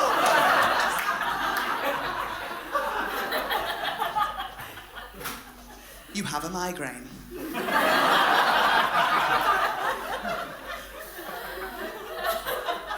Play out the scene. How? Right? How would a 7-year-old play out that scene? The answer is I did, and I did it very well. I was in the drama school! Obviously I was in the drama school! Not my brother and sister, just me, 3 nights a week in my living room. My mum taught me everything, like, the first boy I ever fancied was in the Anne Bauer School of Drama. My mum found out I fancied him and she was like, oh my God, amazing, let's do a couple sex scene, Helen. And I was like, oh my God, okay, why not? Let's give it a go. And then she played the woman and I watched to learn. If we had an argument at home, she would make me improv it in class the next day for everyone else. I played ungrateful, secret-eating daughter so many times. I believe it's called method acting. Yeah, I was method! The weirdest thing she taught me? She taught me how to cry on cue. That was not a skill I needed. I was already crying the entire time. I mean, my mum died in the Titanic before I was born. I have genuinely been through so much. I'm just a crier. I'm an emotional woman, like, and I love crying. And when I say crying, I'm not talking about, like, a little cry, not like a baby bird cry. I had a friend. I have a friend, she once cried because she said her boyfriend loves her too much. Ah! Go fuck yourself! If you're gonna cry, you do it with some goddamn dignity! When I cry, I go for it. I do what's known as the life cry. Do you guys know the life cry? It's a cry when you cry about everything that's ever happened, everything that's gonna happen, everything that's happening in that moment. Even though technically nothing's ever happened, it's gonna happen, nothing's happening in that moment, but you're just like, oh my God. Cara. Life. I cry, you call your best friend, can we talk? She says yes, but you can't face it, so you hang up for the attention.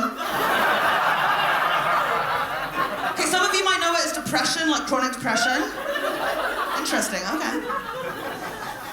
For anyone not getting this cry, I can best describe it as the cry where you really get the lyrics. To Jeff Buckley's Hallelujah. Even though it reflects our lives in no way. but you're just like, oh my fucking God. Shit. She tied him to the kitchen chair. She broke his throne. And she cut his hair. Oh my God. Did she give him a fringe?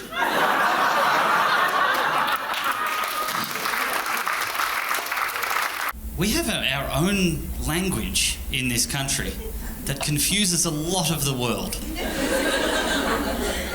Do you know, in America, they do not sing hip hip hooray at the end of Happy Birthday. Did you know we were the only people who did that? Do you know how fucking embarrassing it is?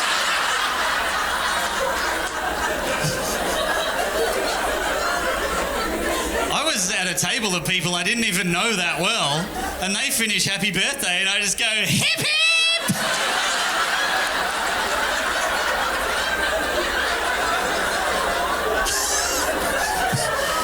It's just silence, and they're all just staring at me, and I'm like, oh, that doesn't usually fucking happen. And one of them goes, what'd you do that for? And I went, oh, in Australia, one person yells out hip hip, and then everyone yells hooray, and we do that 3 times. And they went, why do you do that? And I went, I don't fucking know. I didn't know you weren't meant to do it. It's always been there. It's really weird when it's not there. They just finish Happy Birthday and go, Happy Birthday to you.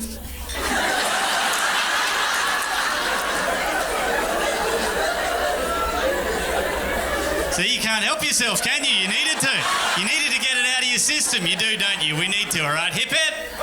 Hip hip. Hip hip. That's fucking insane to the rest of the world. The rest of the world, that is a weird, strange thing to do. Happy Birthday goes for 45 minutes in Australia. We do the hip hips and then someone goes, why was he born so beautiful? Hey, don't cut the cake, I'm not done singing. I've got a whole number prepared. What about this one, right? In America, they don't have Christmas bonbons. I know, how's the genuine disappointment in you? Like, oh, is it even Christmas without the bonbons? Now, what that means is they don't have Christmas hats. It's going to be okay. It's going to be okay.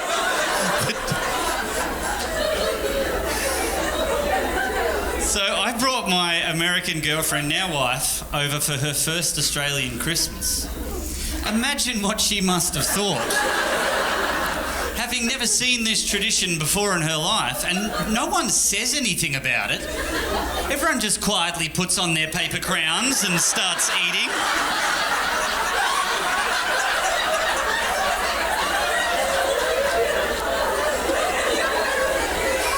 She's just sitting there, just looking around the table going, what the fuck is wrong with these people? They're all wearing multicoloured paper mache crowns. There's always someone who won't put their hat on and everyone cracks the shits at them. Everyone's like, put your hat on, Gary. It's Christmas. We're all doing it. Come on.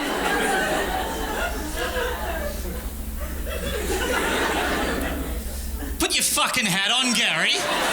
No, I'm serious. You're embarrassing the American girl. Put your fucking hat on. Read me the joke, Gary. I want to hear the joke. That shit, I heard that last year. Put your fucking hat on, Gary. What about the person who leaves their hat on too long and they just look insane? You're like, Grandpa, you've got to take your hat off. It's fucking February, mate. They're going to put you away. What about this one? I was chatting to some American friends and they were talking about how they learnt about sexual education. And they're saying, so for one class per week, we would have sexual education in a class environment with the teacher and diagrams, probably the way you should learn about sex. And one of them turns to me and goes, how do they teach you about sex in your country? how do you learn about sex in Australia? And I went, oh, a giraffe in a caravan.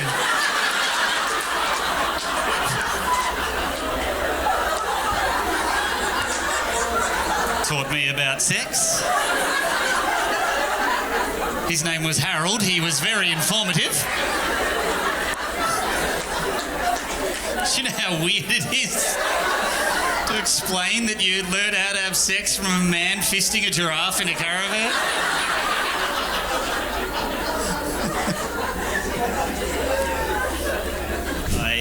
I have a foreskin.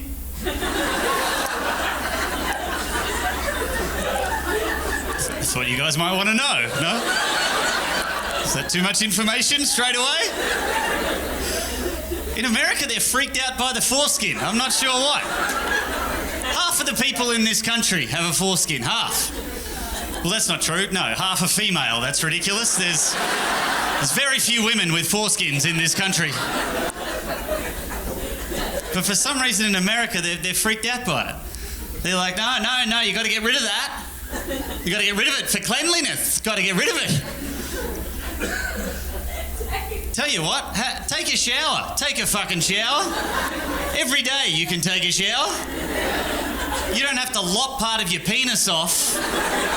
So 25 years down the track, you can save some time by not showering. I can go 3 days without showering, thanks to getting rid of my pesky foreskin. I did shows a couple of months ago in Florida, and Florida's a weird place.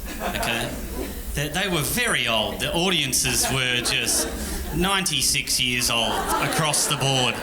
Some people died during the show. And they just carried them out, and everyone was like, oh yeah, it was Kevin's time. It was Kevin. Carry on, carry on.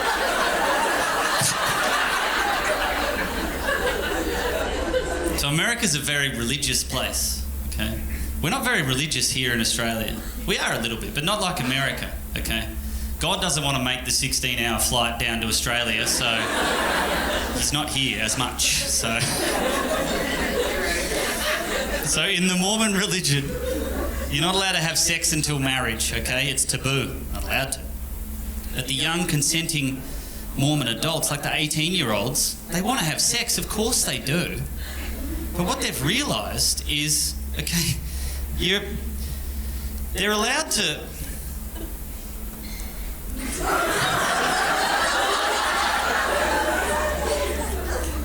Look, they're allowed to be in there. They're allowed to park. They're allowed to dock. You're allowed to be inside. Okay? You're just not allowed to move.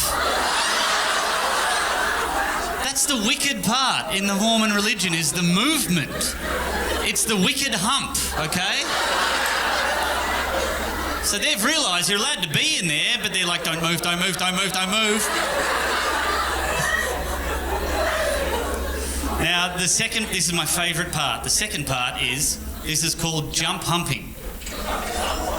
This is where they get a friend in, and their friend jumps on the bed next to them and provides the movement that they so sorely need. I'm not making this shit up. You can look it up. See, these two acts, independent of one another, totally acceptable in the Mormon religion. You're allowed to be in there, you're allowed to park, you're allowed to dock. They call that soaking, which is both hilarious and disgusting. And then they're allowed to jump on the bed. They're just having a good time. Nothing wrong with that. But what has occurred when in close proximity to one another? What is this scientific anomaly? And I'm so proud of these kids for finding this loophole. I'm so proud of them.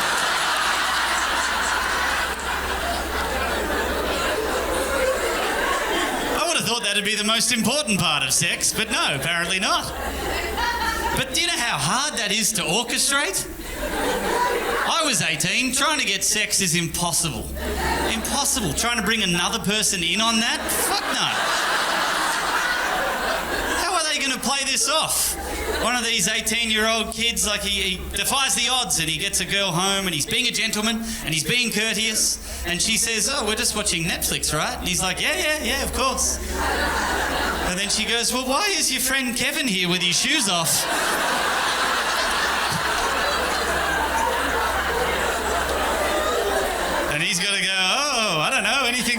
Hey!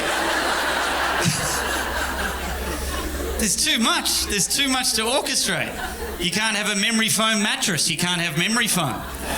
You think about it. You're on the bed in the docking position, ready, and Kevin's jumping around like a lunatic, and you're not moving at all. It's incredible, but not helpful in this situation. There's a full glass of red wine not spilling next to you.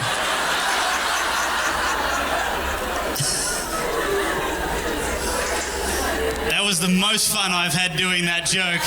Thank you. You should have seen the people in Florida. There's no way. Silence throughout that whole thing. But I just kept doing it because I enjoyed doing it.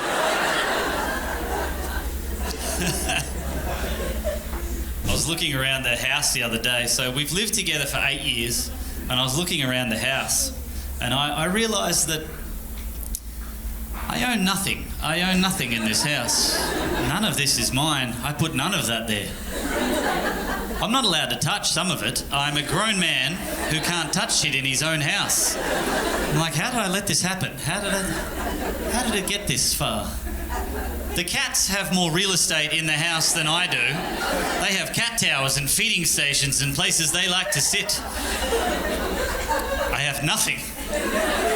Now I know why dads everywhere around the world have that one chair, that one armchair that's like in the corner of the room, and everyone kind of jokes about it and goes, oh, that's Dad's chair. That's where Dad sits. Don't sit in Dad's chair. And you know what Dad thinks? That's all I've fucking got in my life. That's all. And they sit in their chair and they go, this is my fucking chair. No one tells me what to do when I'm in this chair. I'm king of this chair. I realised I don't even have the chair. All I have is my side of the bed. Okay. Under the covers, because the cats own the entire top of the bed. If there's a cat sleeping in my spot, I can't disturb the cat. I have to contort my body around the cat. And they go, no, I won't disturb her. Isn't she beautiful? Yeah, let's let her sleep. And I'll just have half of my body off the bed. That's a good idea. I like it. I think it's good for circulation. I think it's good for my spine and the future of my back altogether. I think it's great. As long as the cat's getting a good night's sleep, I can sacrifice myself. So all I have to myself is my side of the bed under the covers and only facing this way. Because if I face this way, towards my wife, apparently my breath is ruining her existence. And she tells me about it every 20 minutes. She'll be like, I can feel you breathing. I can feel the warmth of your breath. And I'm like, oh, that's gross. So I grab a pillow and stick it in my face and go... She goes, I can still feel you breathing. I'm like, you can feel me breathing through the pillow? She's like, I can feel you moving. I can feel the movement and I can tell that you're breathing. I can tell that you're still breathing. I'm like, yes, I am in fact breathing. That is true. That is awful of me. Look, I'm purely just trying to breathe to live. Is it okay? Is it okay with you if I live through the night? Is that okay with you? I know you're trying to sleep, but I'm just trying to get oxygen to my brain so I can survive another day on this planet. But that's rude of me on this Tuesday evening. You should be having a nice slumber. I'll stop breathing, and I'll die. I'll die in the bed next to you, and you and the cat will have a wonderful sleep.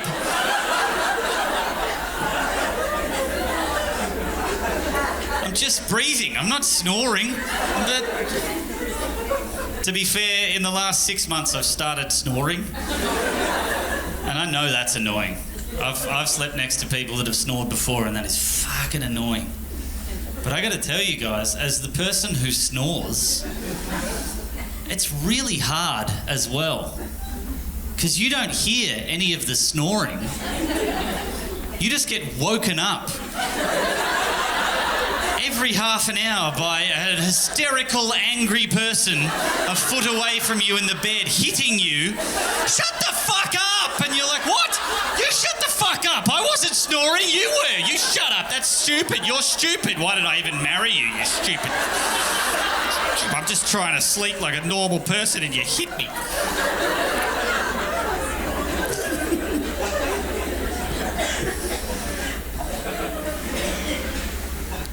So, I don't know if this is happening here in Australia, but in America, I don't know why they make their showers so difficult to figure out.